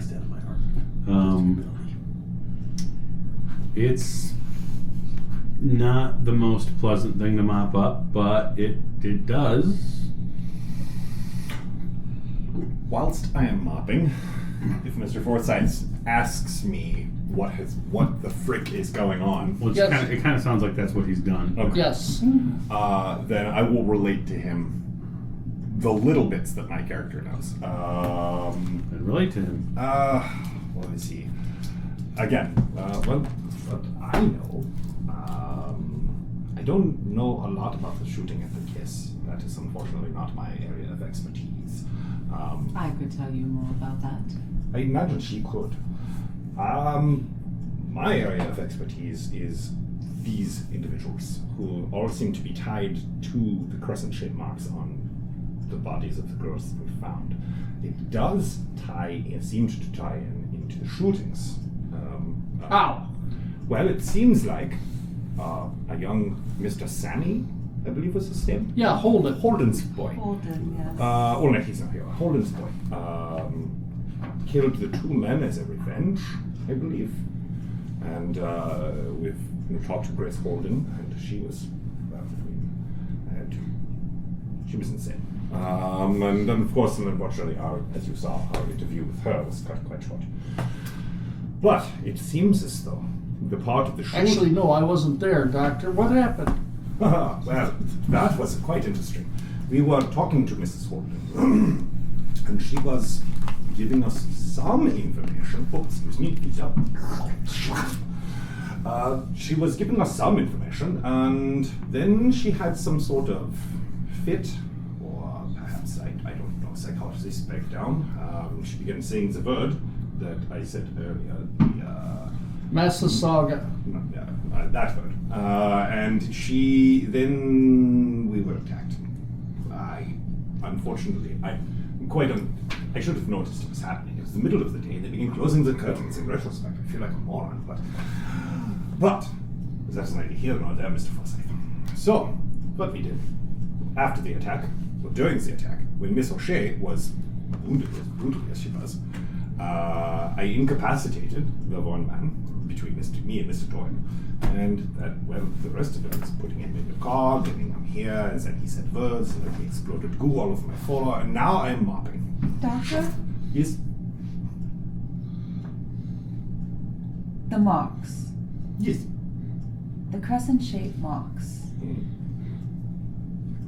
Two dual crescent-shaped marks, facing one another. On the orderly, Yeah. and we can probably assume that the rest of the orderlies that attacked all of you had them as well. I'm quite certain, but not all of the orderlies in the hospital.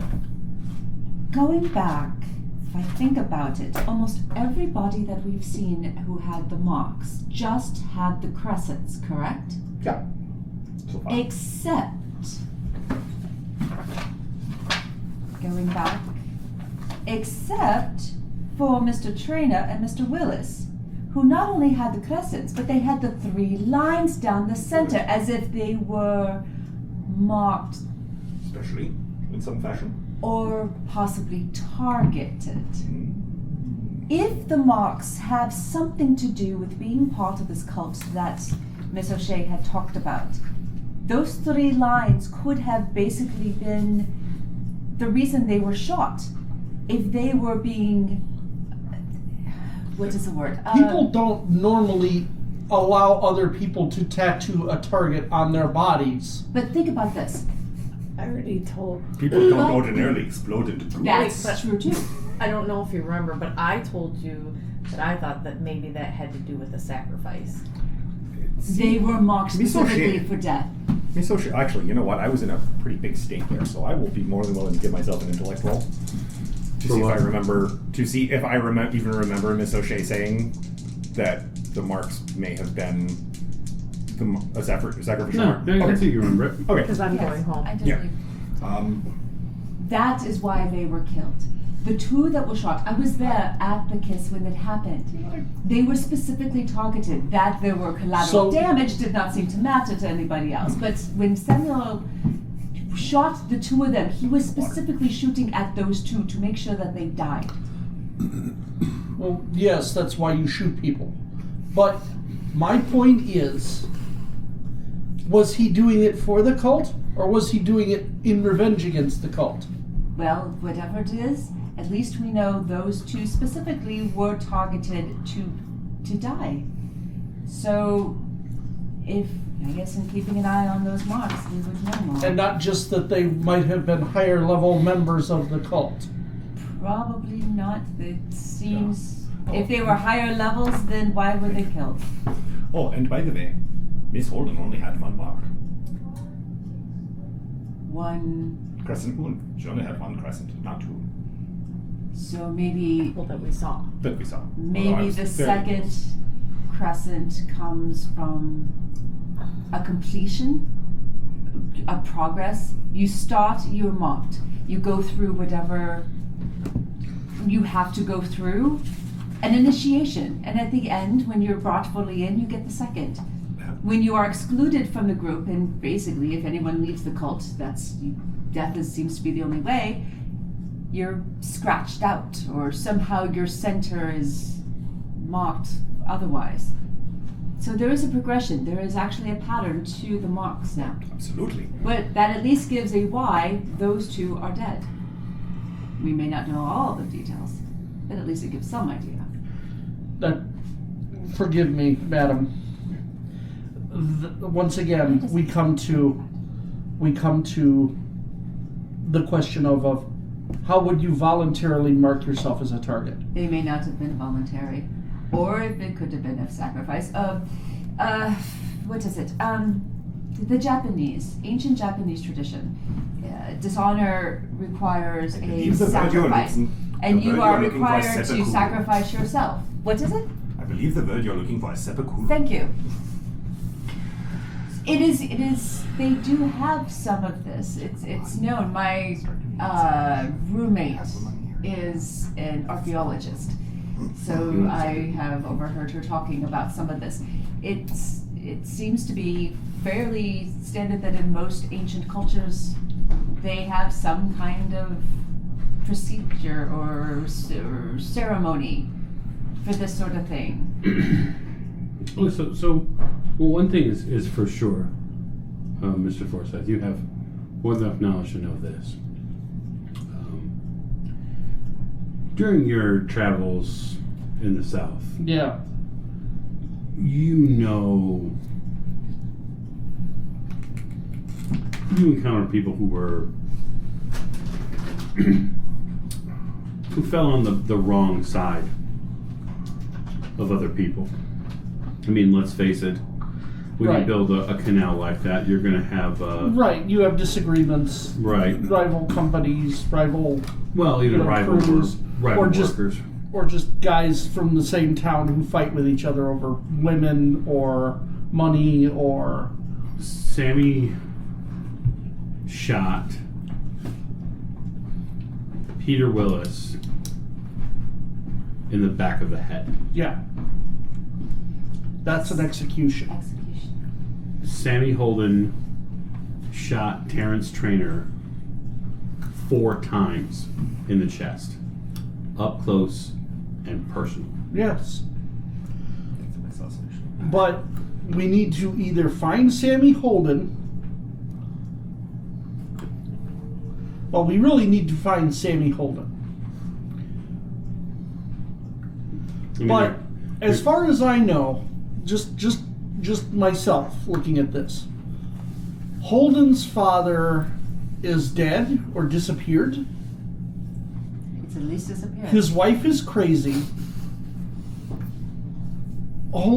Sammy's father wrote a letter claiming that Swift did something to his mother. These men worked for Swift. This looks like revenge instead of... This looks like reprisal. This doesn't look like sacrifice. This looks like reprisal. So targeted. Yes, he targeted them because they're involved with whatever drove his mother crazy, caused his father to disappear. We have to find Sammy. That is something we can all agree on.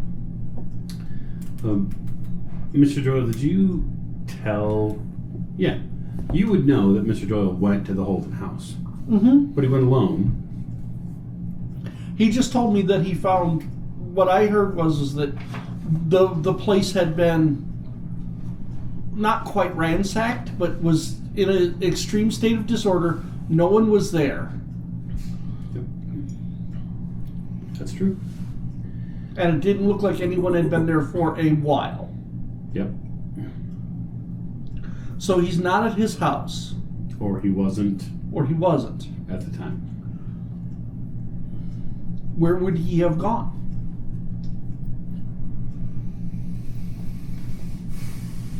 Well, they did ask. They did ask Grace Holden where he would have gone, and she said that Sammy would have gone home. That's what she said about 2 hours ago. But I didn't hear that because I wasn't in the room. No, you didn't. You did not. That's very true. And Doyle's gone. That's correct. And the doctor didn't tell me. He did not. That's very true. I did tell you guys where I'm going. Where were you going? Back to my office. I'm going back to his office. Very good. Very good. Has anyone checked out that other address that we found? The one from Michigan Avenue? The Swift address? No. I am, however, going to look into that. And the recording studio in Cleveland. No. But yes, the Michigan Avenue address. That is another lead. Perhaps you should go check it out. No. Not alone. Maybe I don't think. Yeah, don't go to alone Cleveland alone. anymore. No, we don't want to disparage Cleveland on the podcast. No. Okay, There so go our Cleveland listeners. right. Let me parse this a little bit. Miss O'Shea, you arrived back at your house. You are going to consult your library of books, although it is not a public library. You have a fairly substantial investment in the library.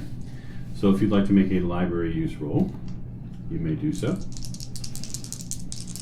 Back to good old-fashioned Cthulhu investigations. Ugh. A 1. Okay. So you'll want to check the box by library use. Yes. How did I not see this book before? It's like it's All about like cults. yeah, it's got like gold beams coming. Woo. Masaga and how to summon him. Actually, Then you need to know about this. what you grab or what you find eventually, the search is not a short one. Right. You comb through tome after tome of, as far as we're concerned in the game, relatively mundane occult information. Well, and I imagine like I have books open on the desk, books open on the end tables, books Yes. open on the floor. And keep in mind too, many of these books are history books. Right. So you're going through book after book after book, and it's probably a good hour Which I do have history, by the way, too. before you stumble upon a book on natural history. Okay. And the natural history itself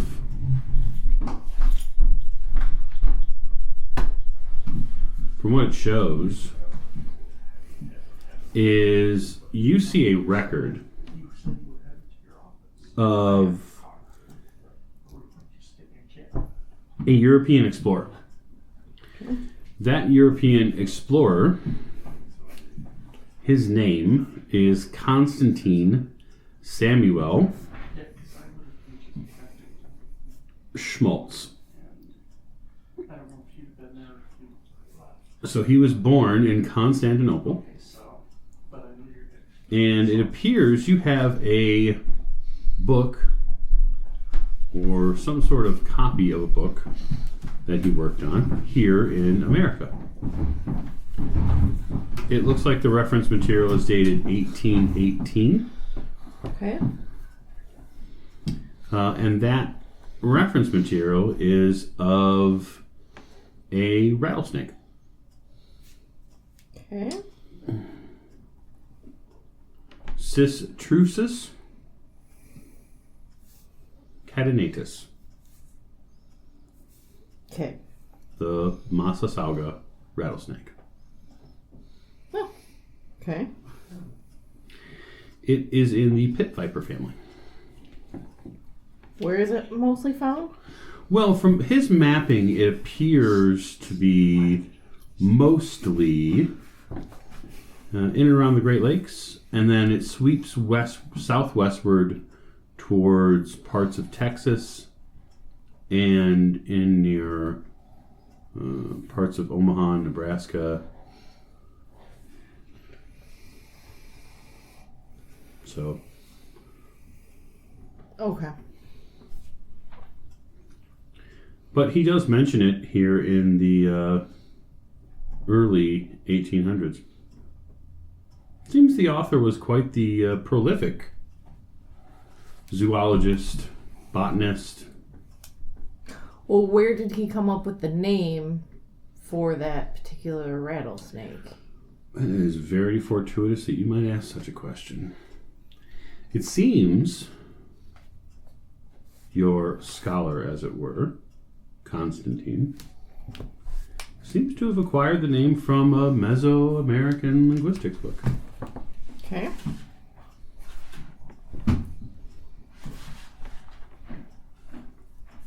Does he name the book? He does not. Okay. Does he say what it means? All he says as far as the naming of the snake, Masasauga, is that it is a name that the Indians, the Native Americans here in North America, he would call them the Americas, actually, given the time period. It is a word that they used.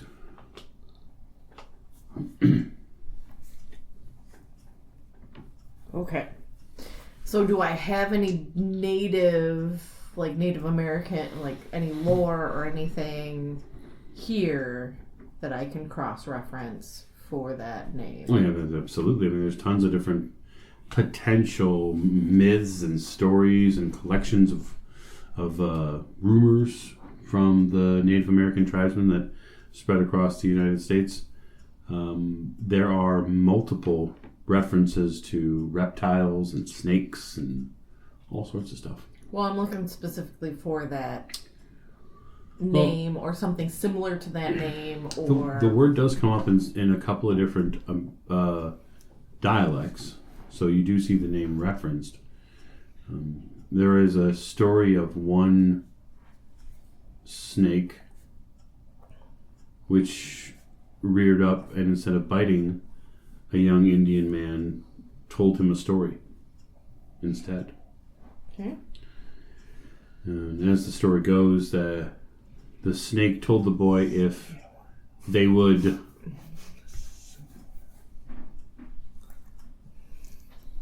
as the story goes, the snake told the boy that if he would simply respect and revere the snakes, that the snakes wouldn't bite him. And so the boy did. And he grew in power and was able to speak with snakes and command them even, and was rumored to be immune to their poisonous venom. Okay. Of course, the story also tells you that, none of this can be corroborated. No one knows it's true, but Right.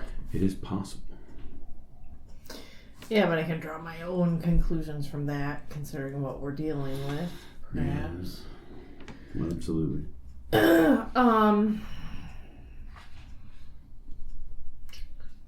Yeah, I guess that's.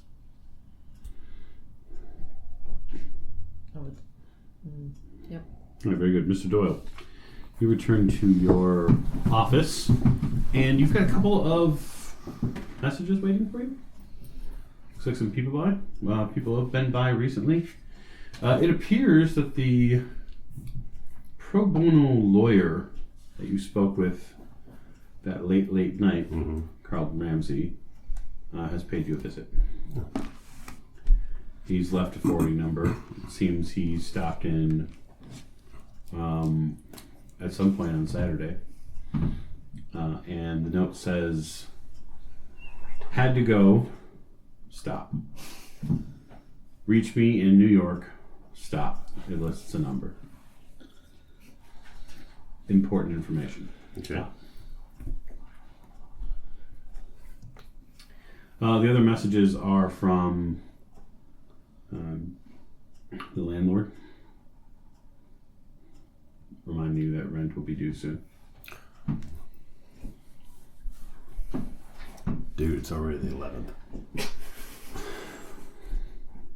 Actually, it would be the 26th. Y'all bitching about the front rent. Be lucky to get the back rent. Ain't gonna get none of it. Everybody funny. No, you funny No, too. you funny too. Yeah, it's quite. It gets under your skin a little bit that he'd be concerned so much about this month's rent. I mean, after all, you've got at least another 4 days to pay it. Right. Sheesh.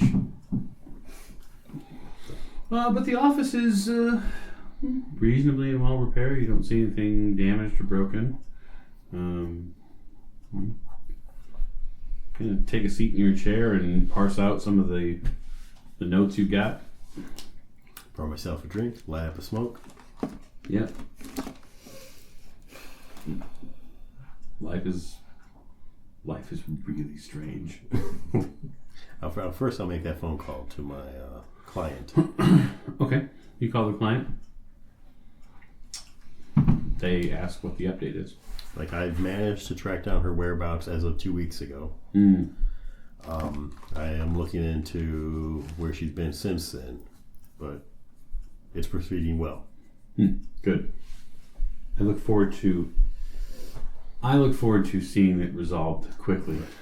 And I've informed them she has been working under a different name. Of course she has. That makes sense. Keep me informed, Mr. Dunn. Absolutely. Can't be too upset. It's only been the weekend. Right. Well, you know how people want their money spent, and then they want their Right. cases solved just like that. Right. Not the way this works. So then I'll put some of my notes together and try to work on this case a little bit. Okay. Oh, I will call the lawyer, Okay. Mr. Carlton. It's Carlton Ramsey. Ramsey. You phone Mr. Ramsey. He picks up the phone. You hear a slight horn, maybe a female singing voice in the background. Sounds like there's a phonograph record going on, perhaps. Yes. Hello. Mr. Ramsey? Yes. Who's this? Mr. Doyle. Doyle. Chicago. Yes. Doyle. How are you? All right. How are you? I hope everything's worked out well for you so far. Well, I'm not in jail yet. Oh, you sound like one of my clients. You sound like one of my clients. He is one of your clients. He's quite the troublemaker.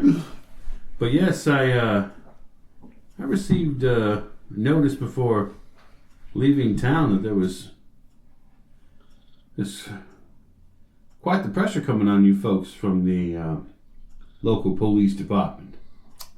Yeah. I actually got a visit from the detective this morning. That is unfortunate. We have that happen here in Harlem, you understand, all the time. Well, Their visits are very unpleasant sometimes. They prefer to needle a customer to death if they can, rather than just get the deed done. But I was glad to be able to help you, of course. I wanted to leave a telegram, my forwarding number, in case you needed it again. I had the inclination that perhaps your case had the air of something a bit stranger. you could say that. I have been looking into it myself, and I have stumbled across some very odd happenings. Now, my purview for most of my clients is strictly confidential, of course, but I will tell you, given that you're a private investigator, that one of my clients does work in some very strange circles. He's an author, a world traveler at this point. He's been working on many different books over the years. And I thought it would be good perhaps, if necessary, put him in touch with you. His information might be useful. You know what? That would actually be a very useful bit of information from him, I think. Now, which number could we bring there in Chicago for you, or what is the easiest way to get in touch with you? I'm actually working in conjunction with a couple other people on this, and I've been spending a lot of my time at a different address. Yes, of I'll course. give him the number. Okay. Yes. Yep, very good. Very good, very good. I am going to do my best to ring Mr. Jackson, and he may be in touch with you. Right. Right? That would be great. Just do yourself a favor and try to keep Mr. Jackson focused. Uh-huh. His mind tends to wander. He's got so much going on upstairs, of course, with all the books he's likely writing. I did want to tell you that I think I have located the name of the gunman. Really? Yes. You hear some papers shuffling. Go ahead, give me the name, please. Samuel Holden. Samuel I believe Holden. what I've uncovered seems that he is blaming those men and some others for the death of his father and, So it's revenge killing. yes, the commitment of his mother to a mental institution. Have you been able to speak to Mr. Holden? No. Mr. Holden? Yeah. No, I This shooter. No, I have not. Huh. Interesting. I haven't been able to locate him yet. But I see. Okay, very good. You are looking for him, Yes. of course. Very good. Very good. Well, I do wish you the best of luck, of course. And should any matters arise which you might need my legal assistance, well, I will not be able to appear anytime soon as I am in New York. I might be able to forward it on to a colleague there in the city. Well, I appreciate that. Because you never know. Oh, no. I could get into a gunfight or something. Just saying. I surely hope not. I surely hope not, sir. Very well. I will have my my client, Mr. Jackson, reach out to you at this number. Thank you very much. You're welcome. He hangs up the phone. There you go. Now I'll start working. All right. You begin working on your case logs. So that side of the table, you three. What's the idea? After you mopped up, you're done. I'm assuming you're kind of back with all your faculties now. What's the plan? I think after we kind of finish our discussion, I have had enough of this acrid stench upon me. Shall we reconvene later over something liquid that will help us through the rest of the day? I am going home. I need a bath, fresh clothes, another stiff drink, and I will meet you all later. Sure, that sounds like a wonderful idea. I'd say lunch, but I am not really in the mood to eat at the moment. Anyways, it's 1:00 in the afternoon. Then let us reconvene. Say, I don't know, a little bit later. I don't know. Call me. We will give you a call, my dear. Go rest some. Do you need a place to stay, Doctor? No, I have one or two things here I want to finish. I occasionally sleep in my office. It will not be the first time. Earlier, Lily gave me one of a pill medicine for my terrible headache. Do you happen to have any more of those? Can you describe the pill? About yay big, round, white. Ah, yes. Give her one more of them. Wow, they gave you one of those. Horse tranquilizer. Must have been trying to kill you. I'm joking. Here you go. Just give me the bottle. I'll give you two, but I'm going to keep the bottle. I'm going to put that back. Thank you, Doctor. Put a lock on it. I shall await your call, sort of. I'd be the same idea. Go get some rest. Thank you, Now, Mr. Forsyth. I'm going to go talk to Doyle. Okay. So I leave. Taxi. Yep. You're good. Thank you. You go talk to Doyle. His Yes. office is not terribly far from the doctor's office, so Right. by about the time you're done stretching out your notes and covering your phone calls, Mr. Doyle, you have a Mr. Forsyth on your doorstep. Oh, Mr. Forsyth. Come in. Doyle, the more that this goes on, the less I I understand. would probably take a nap. Well, you're not the only one. Yeah.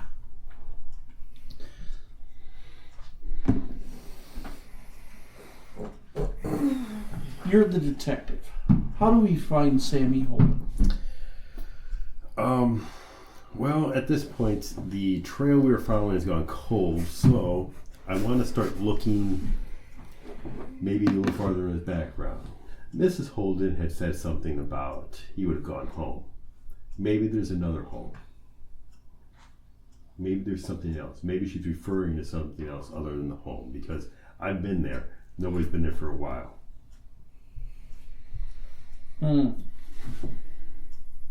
Wait a I minute. mean, I could swing by again and check it out, see if he's... Wait a minute. Didn't they come here not too long ago? No, they've been here a while. Have they? Yeah.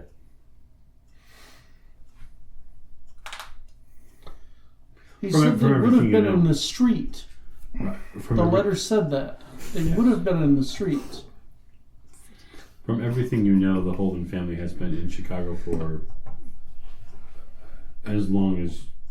Well, actually, you don't strike that. You don't really know how long. But, Right. But I believe he had been working there for several years. Yes, so that factoid you are aware of, and that is that Stanley Holden had been working at the Union Stockyards for at least 3 to 4 years.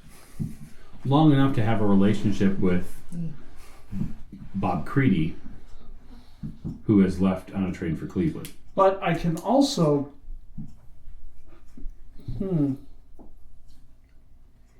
But that's my next step, is to look and see what else we can, if there's another place that he may have been calling home, or find an address that he lived at before this. How does one find an address? That's difficult. right. You could inquire with the post office. You could inquire with... I mean, you could search the house for clues of some past address that they'd lived at. Maybe a photograph, or maybe... There is another possibility. Sammy Holden's drug on this revenge killing is trying to kill people, as far as we know, trying to kill people that he blamed for the death of his father and the commitment of his mother. There's at least one other person I know he could be blaming for it, and I happen to know where he as individual is staying right now. Who and what? Mr. Swift. He's overseas. He's not. He's not. He's not. He's staying in an apartment in Michigan Avenue. A point of order, to be fair, you were told, what you're remembering, Lonnie, is that you were told he was on vacation. Yeah, he was on vacation to South America. Yeah, he was gone. No. We assumed that he might be on vacation in South America. No, we were No, told. we were told that. Haskell told you at the yards. Yes. Tom Haskell told you he was on vacation. He made a point Well, of telling you. on vacation. Yeah. But I don't believe he said South America. I thought that was something we had kind of No. It's possible. made a jump. We'll just say that. We'll say, for sake of continuity here, because it's not on tape, we'll say that Haskell told you that he was on vacation. He was out of the state.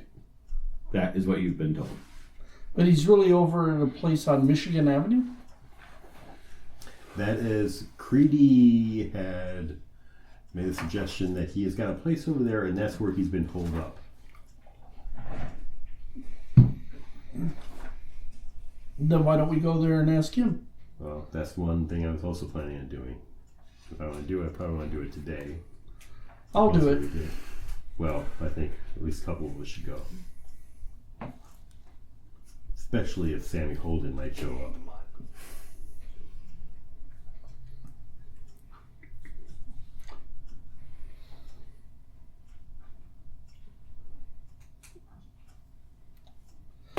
Fair enough, I guess.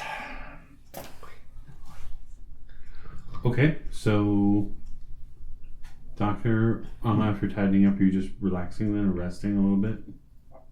Everyone's gone. Yeah. Go into the back room. Yeah. Close the door. Pull all of the shades down in the office. They're And make sure the already- front door is locked. Front door's already locked. The sign still says closed. Go into the back. Go into the back room. Open my medical bag. My friend, you have more secrets to give me. Okay. And then I'll just close the door and get nasty.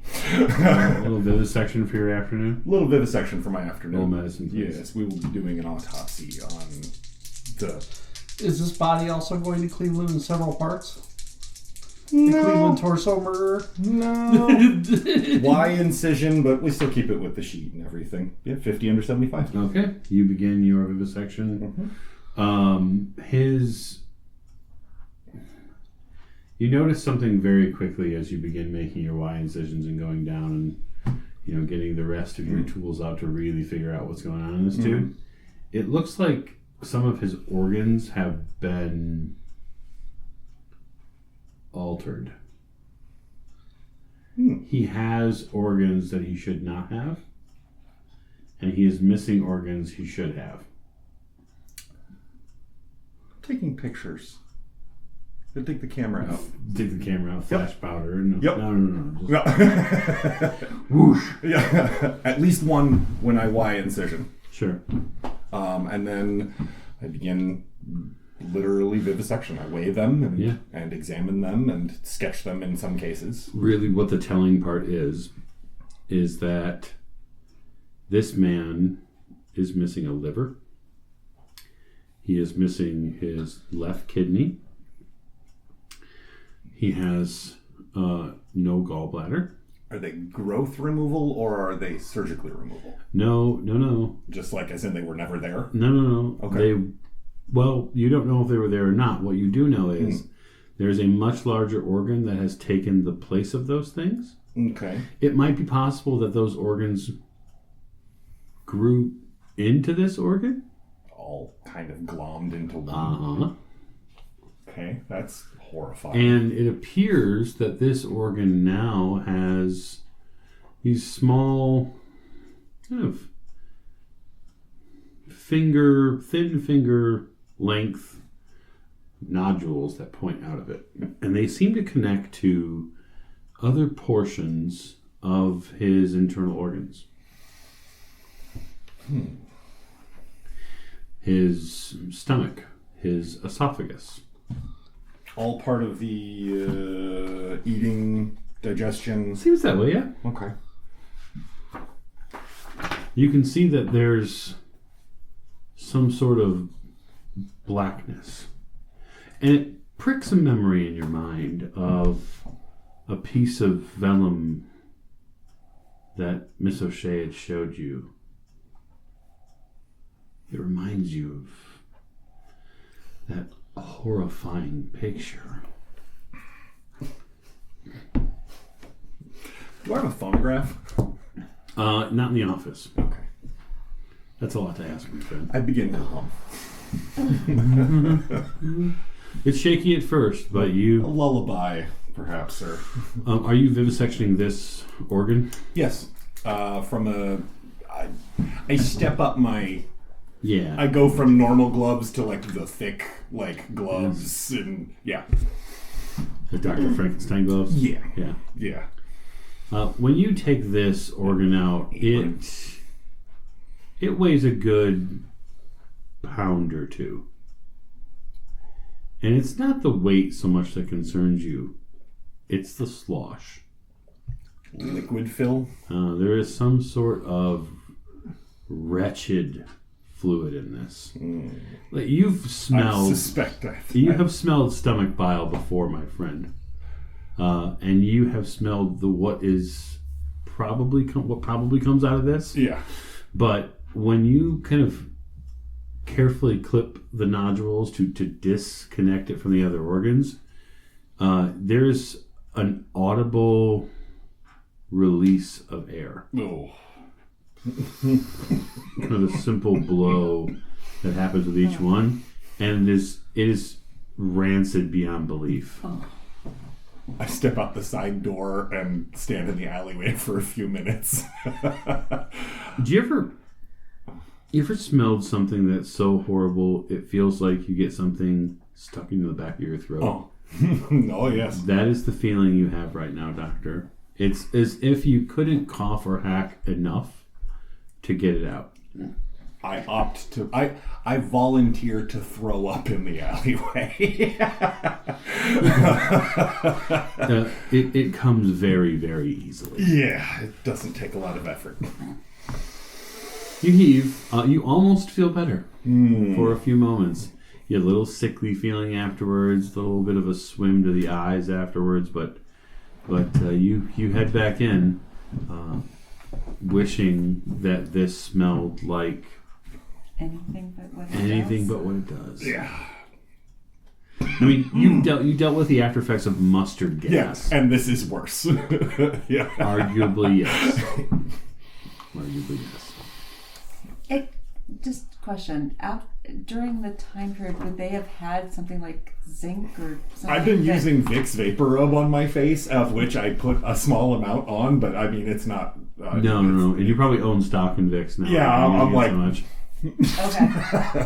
I just couldn't remember from the time period it's super if soft. they would have had something.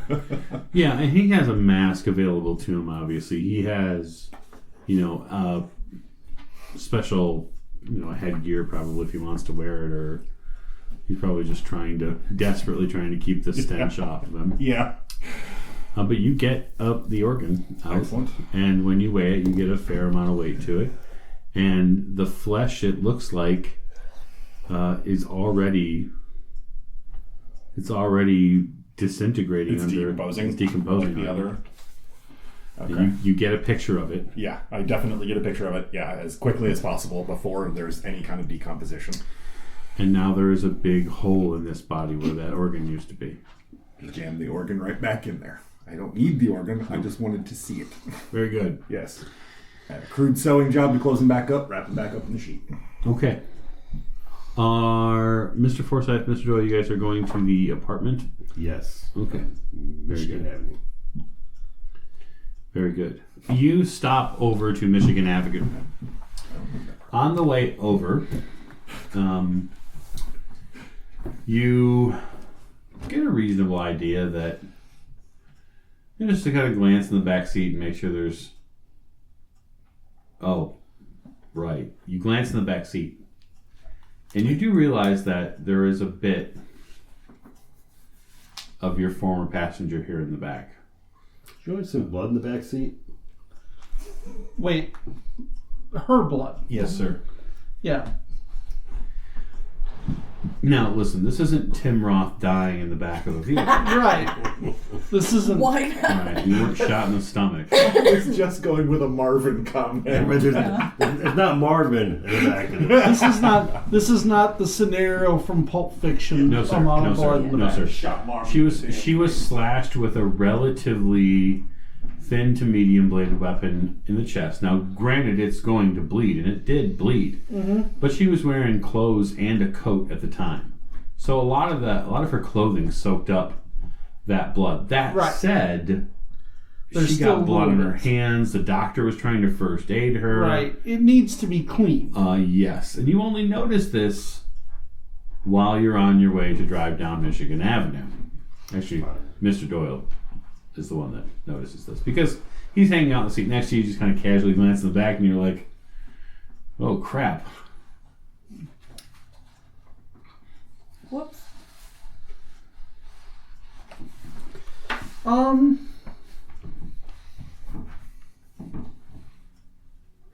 don't you pull over here at this little drugstore over here and I'll get some stuff. Yeah, I think we'll do that. Hop in, grab some things. Yeah. What are you gonna grab? I don't know, some towels, maybe some cleaning. Probably a blanket. Sure. towels, a couple of blankets, maybe a blanket at least. Some cleaner if they have some. They do. Maybe some alcohol. I don't know. You could probably get some sort of cleaning agent, yes. Right. Okay. I'll hop in the back while you drive. Take a couple of minutes and clean up the back seat. I won't make you roll for it, but it is a smart move by you all. You arrive at Michigan Avenue, the Michigan Avenue apartment. It's in a pretty tall building, all things considered. And it looks like, it looks like it's going to rain soon. Okay. No.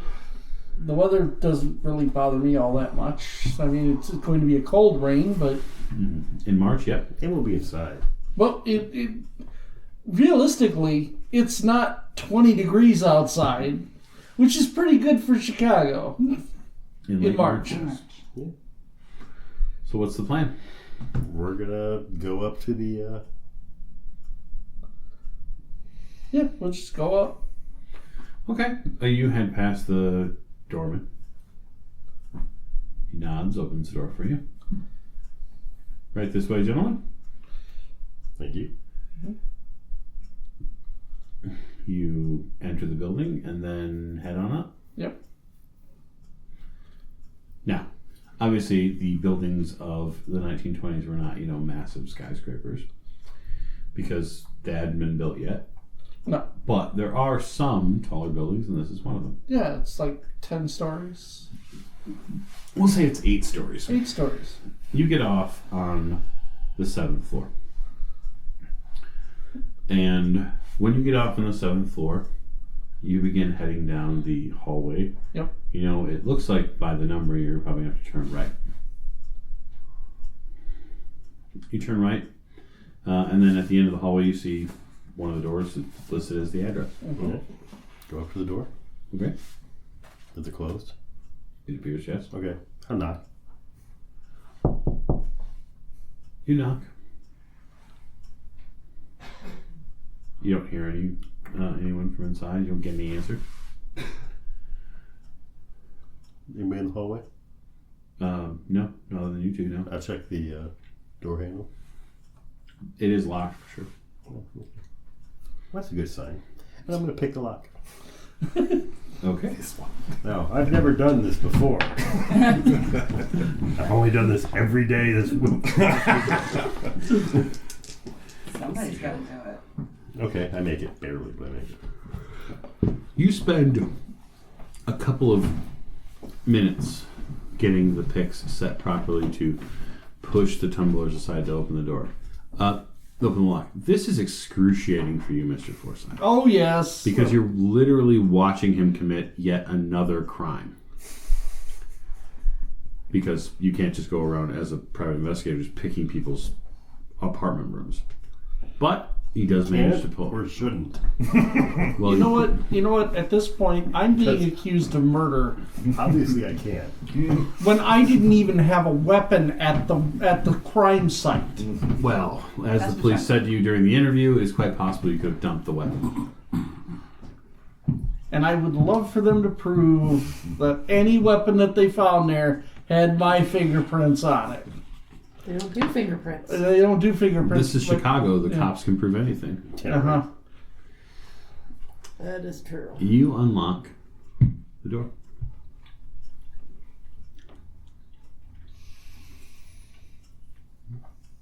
Open it up. Quietly. You accelerate the door handle to one side, and suddenly the door pushes open. Very slight creak. Oh, look, somebody left the door open. Inside, the apartment is rather well appointed. There are beautiful woods. There's a far wall that seems to have a multiple checkerboard mirrors on it. It's very, very Stylish. well appointed. Yes. Does it smell of rich mahogany? Yeah. It actually smells of that and a few other things. Some leather-bound tomes. No, there's no leather-bound tomes here. Blood and mold. There's no leather-bound tomes here.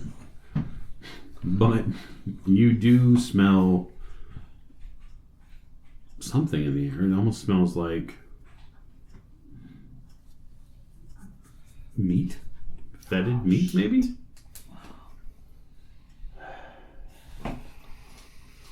How many times do I get walk into a room that has a dead body in it? All of them? Well, that depends. Do you make them, and when you get in the room, were they alive before you got there? It smells or? like death in here, doesn't it? Death is the wrong word. It smells like the back end of a butcher store. We might have been too late. The apartment's not huge, so I mean you can make your way through it relatively quickly. Yeah. Close the door behind us and lock it. Yeah. That's an excellent idea. Yep. Just moving through the apartment, what you do see is a main sitting room, a couple of chairs, Right. a couch, a radio, phonograph. You find you walk over what looks like a smashed record. You see a record's been smashed. Okay. I checked the label on it. Mm-hmm. Is it from Cleveland? It is. It's made from a pressing house in Cleveland. Yep. What's the name of the song? The name of the song is the Chicago Shuffle. It's actually a song you've heard before.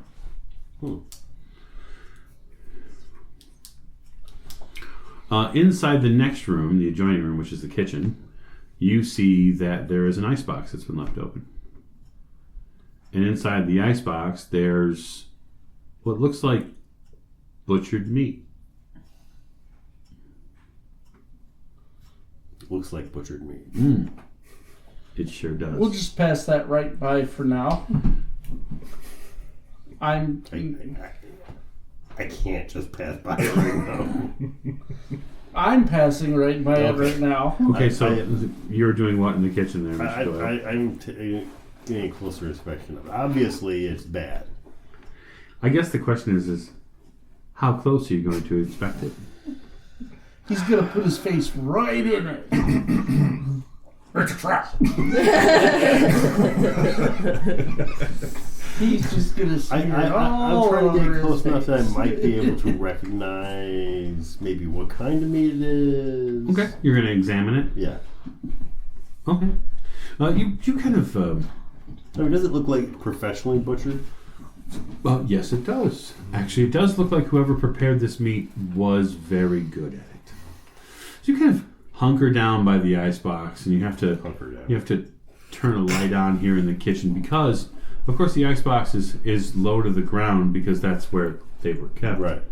And you do see that the piece of meat there it almost looks like a big beef roast. Mm-hmm.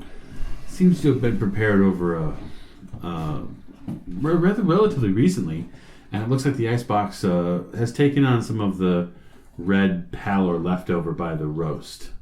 It seems as if the wrapping, what wrapping was done of it at one point, is pulled away a little bit. God. You'd have to unwrap the roast completely to really get a great idea. Uh-huh. And that's why I'm moving on. Yeah, you keep moving on. Yeah, I'm moving on. Very good. I'll leave you there. Mr. Forsyth, where are you moving on to? The bedroom, I assume? Yes. You move past the bathroom. Yes. So into the bedroom. Yep. You don't see anybody. There's nobody in there. Right. You do see a couple of things. Do the rooms look tidy? For the most part, yes. Mm-hmm. For the most part, Maybe like lived in, like there's some things out of place, but not. Yeah, it looks like there. Some things are a bit out of place. It looks like it's definitely been lived in. Yeah. The apartment bedroom is opulent. If the main room and the kitchen and sitting room were any sort of telegraph, This bedroom is something that Rudolph Valentino would be happy to spend a few hours in. The bed here is far, far oversized. Yeah. The footing on it is all handcrafted, deep oak. It's a beautiful setup. The bed's unmade, but it definitely appears as if this has been made for a purpose. Is this a bed or a party ground? A man would have to be a sprinter to catch his wife in a bed like that. Something like that, yes. There are various objects in the closet, clothes, suits. There's also ladies' clothing in the closet as well. It almost looks as if this is a closet that both man and woman shared at one point. Or perhaps still do.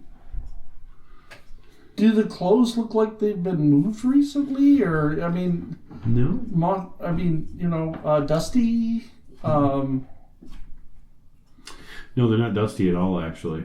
The ladies' clothes, for the most part, appear to be far fewer than the men's clothes that are there. But there is definitely a feel to the men's clothes here. These suits are any respectable gentleman would have no problem wearing these suits. Yeah. This is something that you would wear to a business meeting or Right. Somebody who manages an office would wear something like this. I'm not touching anything that I can help. Okay. I'm looking around for notes. I'm looking for... Give me a spot hidden roll if you'd like to search the room. Yes.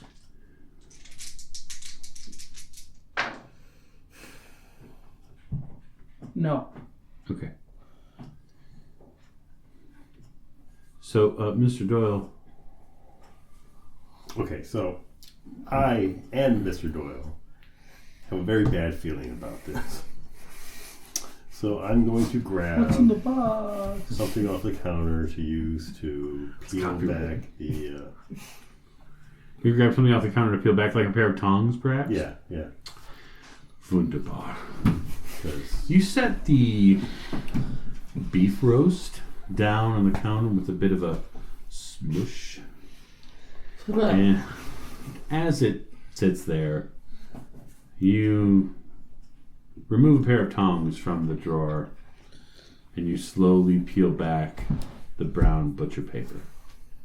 And you realize actually you have to tug 2 or 3 times on that paper because, of course, it's still wrapped in twine a bit, and you've got to pull the left and pull the right piece, and you finally pull the butcher paper apart. You can see and hear just the stickiness of the paper come apart. And once fully exposed here on the kitchen counter, you come to one clear realization. This is simply a wonderful cut of beef roast. Yeah, okay. Feel a lot better about that. Well, it's not out of the question considering the things Right. we have seen Right, exactly. in the past, I don't know, only 3 days. Exactly. Moving from the bedroom to the bathroom. Okay. I assume the bathroom is attached to the bedroom. It's down the hallway. Okay. So basically, you go from the kitchen down a hallway to the bedroom, and then there is a bathroom that you could stop and use if you need to. I want to see, are there women's toiletries in there? As well as men's? In fact, there are.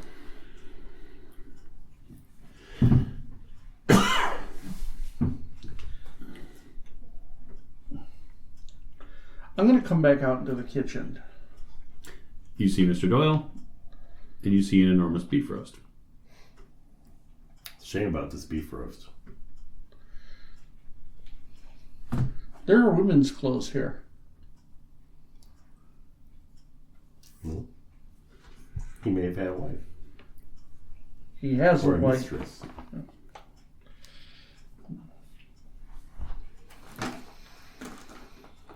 going to start looking around. Is there an office of any type? Study?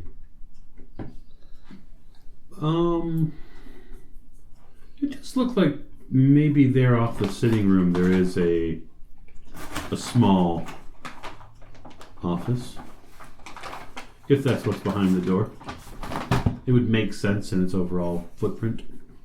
This is where the... Alright, I'll check it out. Okay. You wander in there. Behind the door, there is a small, simple 8x8 room. Although it is strangely appointed. The desk is rather small, almost timid, you would say. There's a stool by which someone would sit and write at this small desk. And when they do, they would be writing at nothing more opulent than a school desk, kind of pushed against the wall. Mm-hmm. In the center of the room, there appear to be markings on the floorboards here. You don't understand. They don't make any sense to you. It looks like some kid came in and drew with chalk all over the wood here.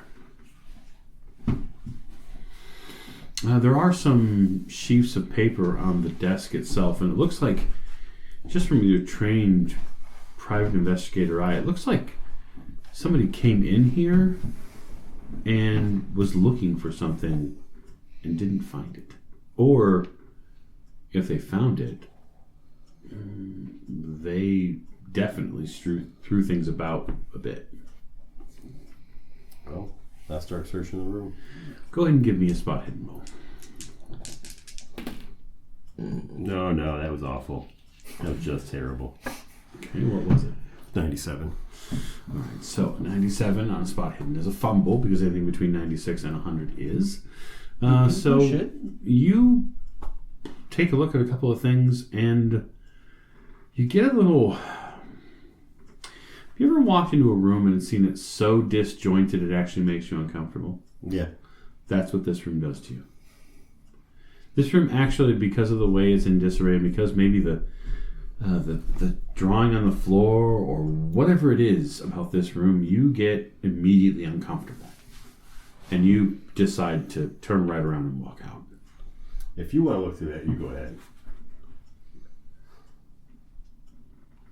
Yeah, actually, I will look through it. I'll go look through the rest of the place. If you're searching the bedroom, Yeah. You can go ahead and give me a spot hidden roll for that. That's a lot better. I'll get back to you in a second. Nope. 89. Okay. I don't understand what I'm seeing here. No, you don't. And furthermore, it doesn't make a whole lot of sense. This room was used for something. You just have No idea what it was used for. pretty much. In the bedroom, Jake, you do locate a couple of suits with monograms on them. JS. Multiple monogrammed suits. Obviously, he lives here, or lived here at one point. And because you were the person that searched the Holden house, and you're also searching this bedroom, you have a fairly decent judge that the clothes here fit the same person that the clothes at the Holden house fit. Same size person.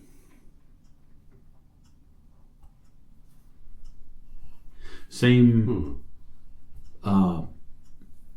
level of elegance.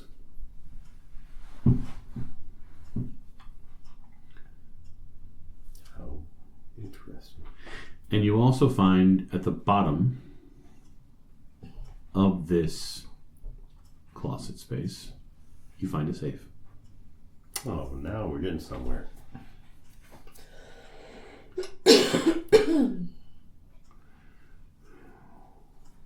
I don't know what I'm going to do with that. We know exactly what you're going to do with that, Mr. Doyle. Is it a combination safe or is it a key safe? It is a key safe. Well, I guess I have no choice but to see if it's unlocked after several minutes of messing with it.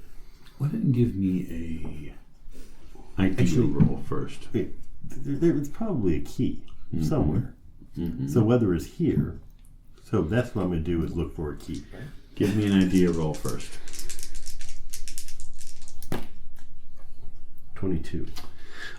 You begin searching for a key and you stand up, and the first thing you do is you pat your inside pocket. Because you have a key that Bob Creedy gave you. Yeah.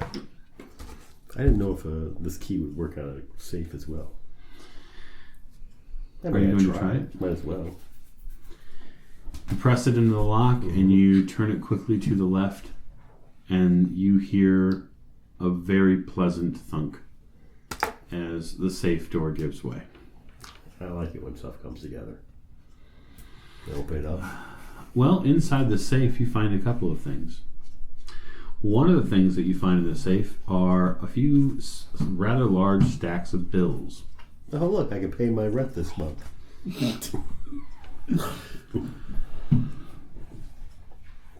I don't know anything about that. Nope, you're in the other room. Yeah. Staring at the floor. Actually, yes, I am, and there's a reason for that. Yeah, are you going to push that roll, sir? Yeah, I am. So, tell me in what way you're pushing it. How are you redoubling your efforts?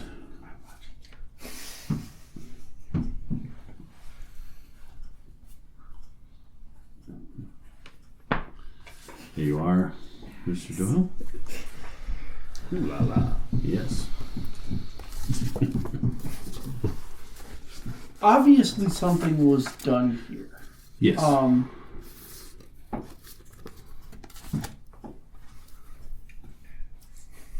Whatever it was also done in a hurry. Seems because of the childish drawing on the floor.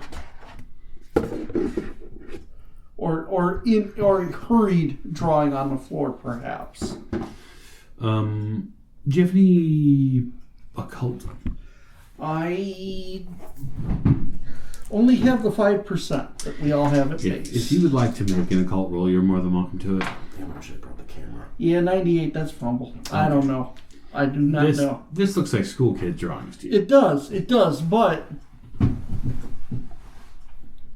perhaps the products of a disordered mind. Swift is, supposedly part of a cult of people that do things with a hole in the ground at the stockyards. And they like shooting each other, and there's weird organ things and diseases, and I have no idea. But there are papers there. Mm. And I want to look at those. So you're redoubling your spot hidden roll. Yep. So give me a hard spot hidden. Yep. 17 or better. That is 7. That is a 7. Holy shit! Very good. You find 2 pieces of paper on the desk, face down. One is definitely an older vellum. The other is some sort of crinkled parchment. This is... I've seen this sort of thing before, and it was very disturbing. But if this will help me figure out what the hell's going on... What the... Please roll sanity. No, 92. No. Too bad you didn't botch. Lose a point of sanity, sir. Okay, yeah. We're headed right down. Okay, we're good. We're at 38. It's all good. Oh, that reminds me that was the other research I was going to do. 1 second.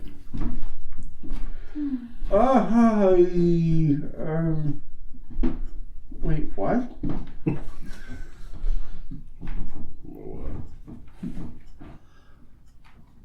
Oh, goodness.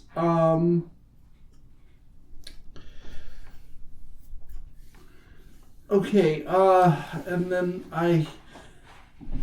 look at the next one. So the next page seems to be lines of what look like absolute gibberish, written one after another after another. There doesn't seem to be so much of a rhyme or reason to them to get to the lower parts, where there seem to be some sort of sentences that flow well together, but the vowels and the consonants make no sense to your brain. This is. It looks almost like music. It looks like, because there's a couple of lines that keep repeating, like a chorus. Oh God. Do I have to roll sanity on both of them, or just the one? Just the one.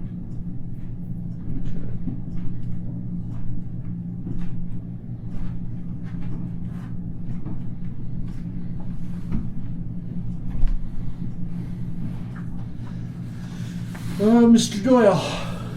I'm in the other room. Mr. Doyle, from the other room, you can definitely hear his exasperated. No, you hear an intake of breath. But it's hard to hear over the smell of muddy in your hands. Right, no. What else is in the What else is in the safe?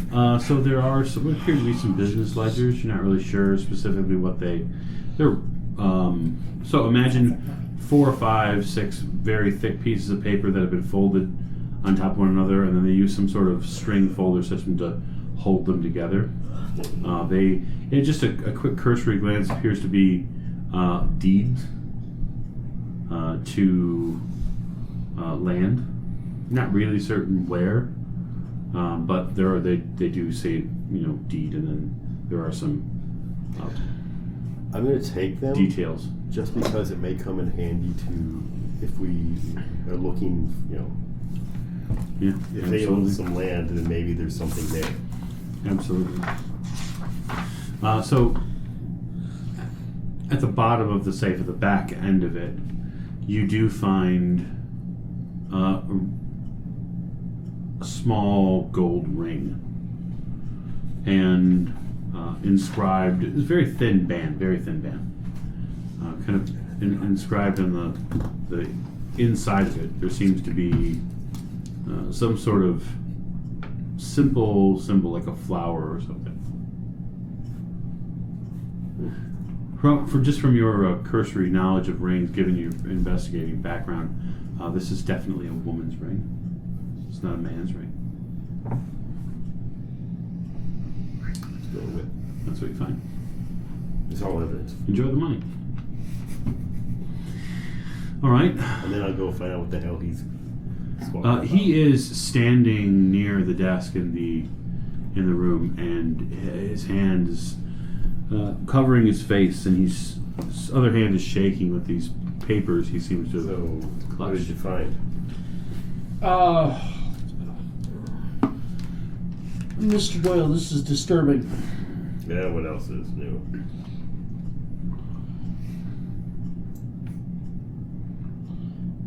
That's, dear God, those are hens.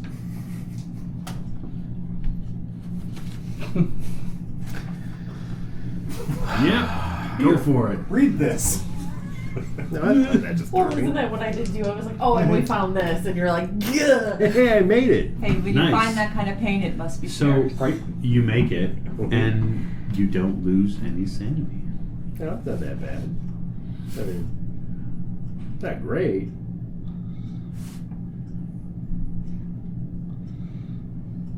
Looks like a language of some type. Quite possibly. It's some sort of written word. You're not really sure. Oh, there's Masazaga. Yeah, that one. That wasn't too far. All right, well, we definitely have to bring these back to Miss O'Shea. And I'm the one who's gonna go crazy. Well, that's your job. It is my job. So, other than that, here in the apartment, are you investigating anything else? There really isn't much more physical space to investigate unless you're going to try to rip open walls or... Do any of these symbols look like the symbols on the ground? If you take the parchment, this vellum there that you have, and you kind of juxtapose it against the floor, there are some symbols that do appear to line up a little bit, but the floor, it looks like it's either incomplete or perhaps someone tried to remove part of it, or perhaps sweep some of it away. It's hard to tell. Whatever's been done in this room was done and then undone? it's possible. Well, I know there's papers all over the floor, right? You do. Can we pick a bunch of these papers up and just, not even anywhere, just get them out of the way so we can kind Yeah, of see if absolutely. maybe there was some kind of pattern? Yes, it does appear, if you clear the floor, it does appear that there was a pattern to all of this at one point. And after some of the papers are then cleaned up, you also see that there was a definitive move to sweep some of this away. Right. Well, can I write down, like on a piece of paper, get an idea of it at least? 'Cause I mean, obviously I'm not going to be able to completely recreate, You can give a rough sketch, yes. so I can at least bring it back to Sure. Miss O'Shea. Maybe she can make more out of it. Are there any other objects in the room? Candles. There are.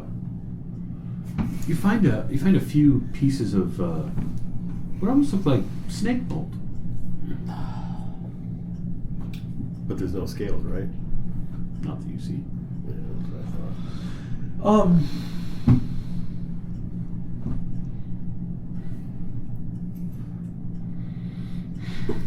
Did you find anything? Yeah, I found a little bit of something. Some deeds. We might want to look at the addresses. Maybe there's something to them. A ring. I want to look into. Yeah. So, are you staying or going? I think we're gonna go. Yeah, Very good. we're going Very to good. go. So, Miss O'Shea, after your rest period, what would be your plan? I'm gonna take some of the Bolton with me. Okay, very good. I want to research the symbols that are on the piece of paper we found at the apartment at the stockyards. Do you have the paper? The first one we lost sanity with. Oh, right, of course. Yes, and your It's a investigator nice box. medical diagram. Yes. But I said I was going to cross-reference some of the... It's stuck. Some of the symbols and see if there were any in any of the books. And especially since I have a lead on like the native stuff and snakes and all that. And maybe... Go ahead and roll a cult. Yeah. And we'll see what you can determine. The two of you are heading back to the doctor's office then? Or are you talking about your office? Actually, I would like to. Do we know where Miss O'Shea lives? You've picked her up from her house before? That's less I think we should go than there, hard yeah. or I know she was epic in or the whatever. Because I had 75. Yeah. Extreme? What'd you roll, Extreme. Tiff? Huh? What'd you roll? I rolled 12 Okay, so 12 on out of 75. Then, yeah, absolutely. That is an extreme. Okay, so I'm going to give you a couple of pointers here. Okay. Some of these symbols are written in a very high arcane tongue. Okay. This is a couple of these symbols here are actually Arabic. In fact, many of the symbols you see here are written in some derived tongue of Arabic. After you match a few of them up, you can see. So I could probably take like a day or two and maybe... Does Mr. Shea Translate. speak Arabic? No, but if I have books, could I have a book that... Or go find one? Translating Arabic by book would be a very, very lengthy process. Right. Not impossible, mind you, but very lengthy process. It is something you could potentially invest in. This symbol here in the upper left, the eye, grabs you because some of the text around it appears to infer that there are 3 eyes on this person. Okay. Not just the 2 in the front inset of the ghastly creature, but almost as if there is a 3rd one that's been supplanted inside the brain. As if... Awakened? Perhaps. He's woke. So, where are the 2 of you going? Miss O'Shea's. Okay. Very good. You arrive shortly thereafter while she's doing her research. I assume, unlike most people, Miss O'Shea locks her front door. Yeah. Probably relatively smart for you to do. So, you arrive, yes? Yes. Okay, very good. Knock. Well, I guess I'll go to the window and like peek out first. There are 2 men on your front doorstep. And do I recognize them? You do. Alrighty. Then I will open the door. Very good. Miss They both O'Shea, look like Detective Belmont. Hi. we have something for you to look at. Oh, well, come on in. I'm in the library. Miss O'Shea's house is actually relatively well appointed. It seems like she's does Got well some for fairly herself. substantial money behind her. Isn't your house mostly library? Yes. I'll be in the library. Like this. Pretty much everything What but is before your you. credit rating, Tiff? Huh? What is your credit rating? My credit rating is 30, Oh, okay. but I inherited the house. Okay. So he hands you a couple pieces of parchment. Well, Sam. I don't recognize this language, right? Can I see I your- only speak Can I Latin. see your character sheet really quick? I know it said blue eyes, but I really get great. If you notice, Oh, yeah. There you are. Yes, it's not a tongue you recognize. Okay. Although it does appear to be some sort of, maybe it's a poem, or there are some repeating lines in there, and that's kind of a giveaway. Yes, Okay. a poem, perhaps a song. oh, and then I also give you the piece of paper that has the drawing that I made. Oh. This was on a floor of a room in there. Oh, okay. Oh. Oh. You reveal the second page, and you see a figure which completely shudders your belief in humanity for a moment. Roll, Sam. I had to roll lower than my sanity, correct? Yes, you do. Okay. Nope. Go. 84. Ouch.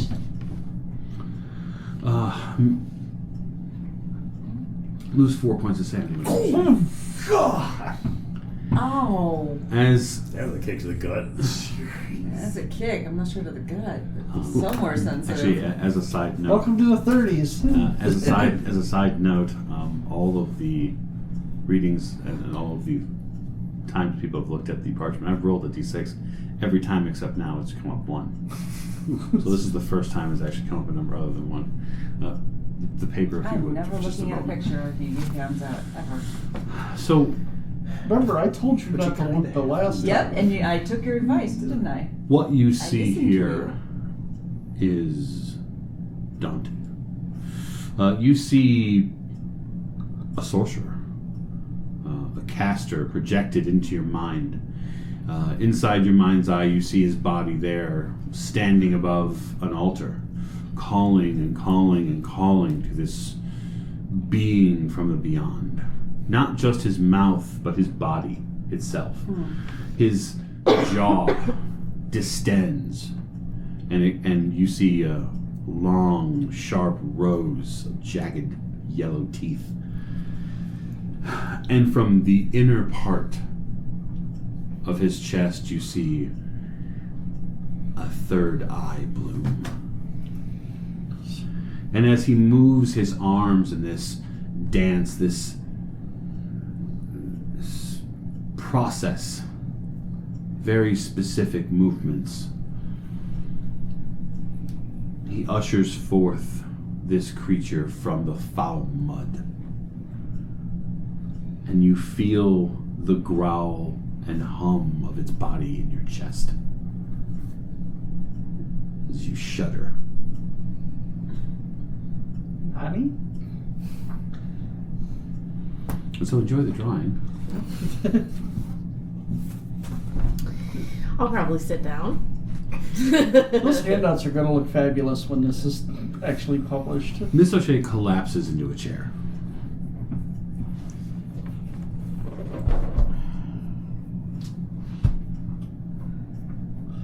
I immediately head to her icebox for some ice. All right. Drink. Are these... Is this similar writing? Kind of hands kind of shake a bit as you adjust the two and look side by side at the two disgusting imagery, foul presences on the vellum itself. The text is very similar. Okay. And the picture from the room. Yes, the that one he that he drew up, which will probably be much easier to look at. So what about the floor made him draw that as with this? Are there circles like in similar, or? Give me an occult roll. We are close to wrapping, by the way. She screams in horror. What is it? 69 out of 75. You are familiar with the symbols that have, some of the symbols that have been placed on the floor. While they may have been washed away, the one thing which is telling on that second, that newest piece of parchment that you have, is the pentacle. Okay.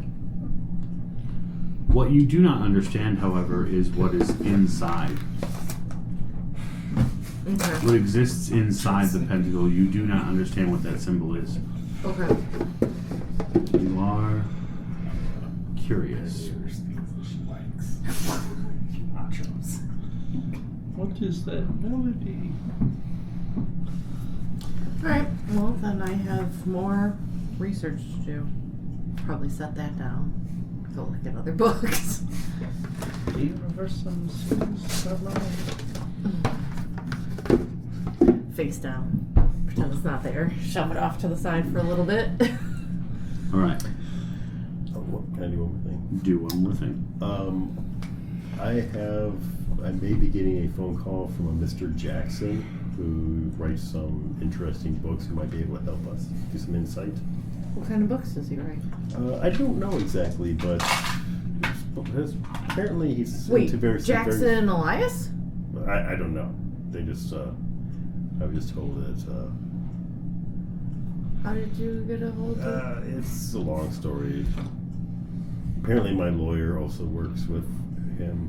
He's his lawyer, and It's a whole crime thing. yeah. Well, if it's books from Jackson Elias, it'll definitely help us. I mean, I might actually speak to him soon. Okay. So if you know who this is, and maybe I have a couple of his books. maybe when he calls, if you're there, we can have you speak to him directly. Yeah.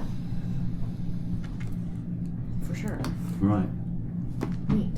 We'll close the curtain on tonight. I hope you all enjoyed yourselves. You don't like Nash. No? Yes.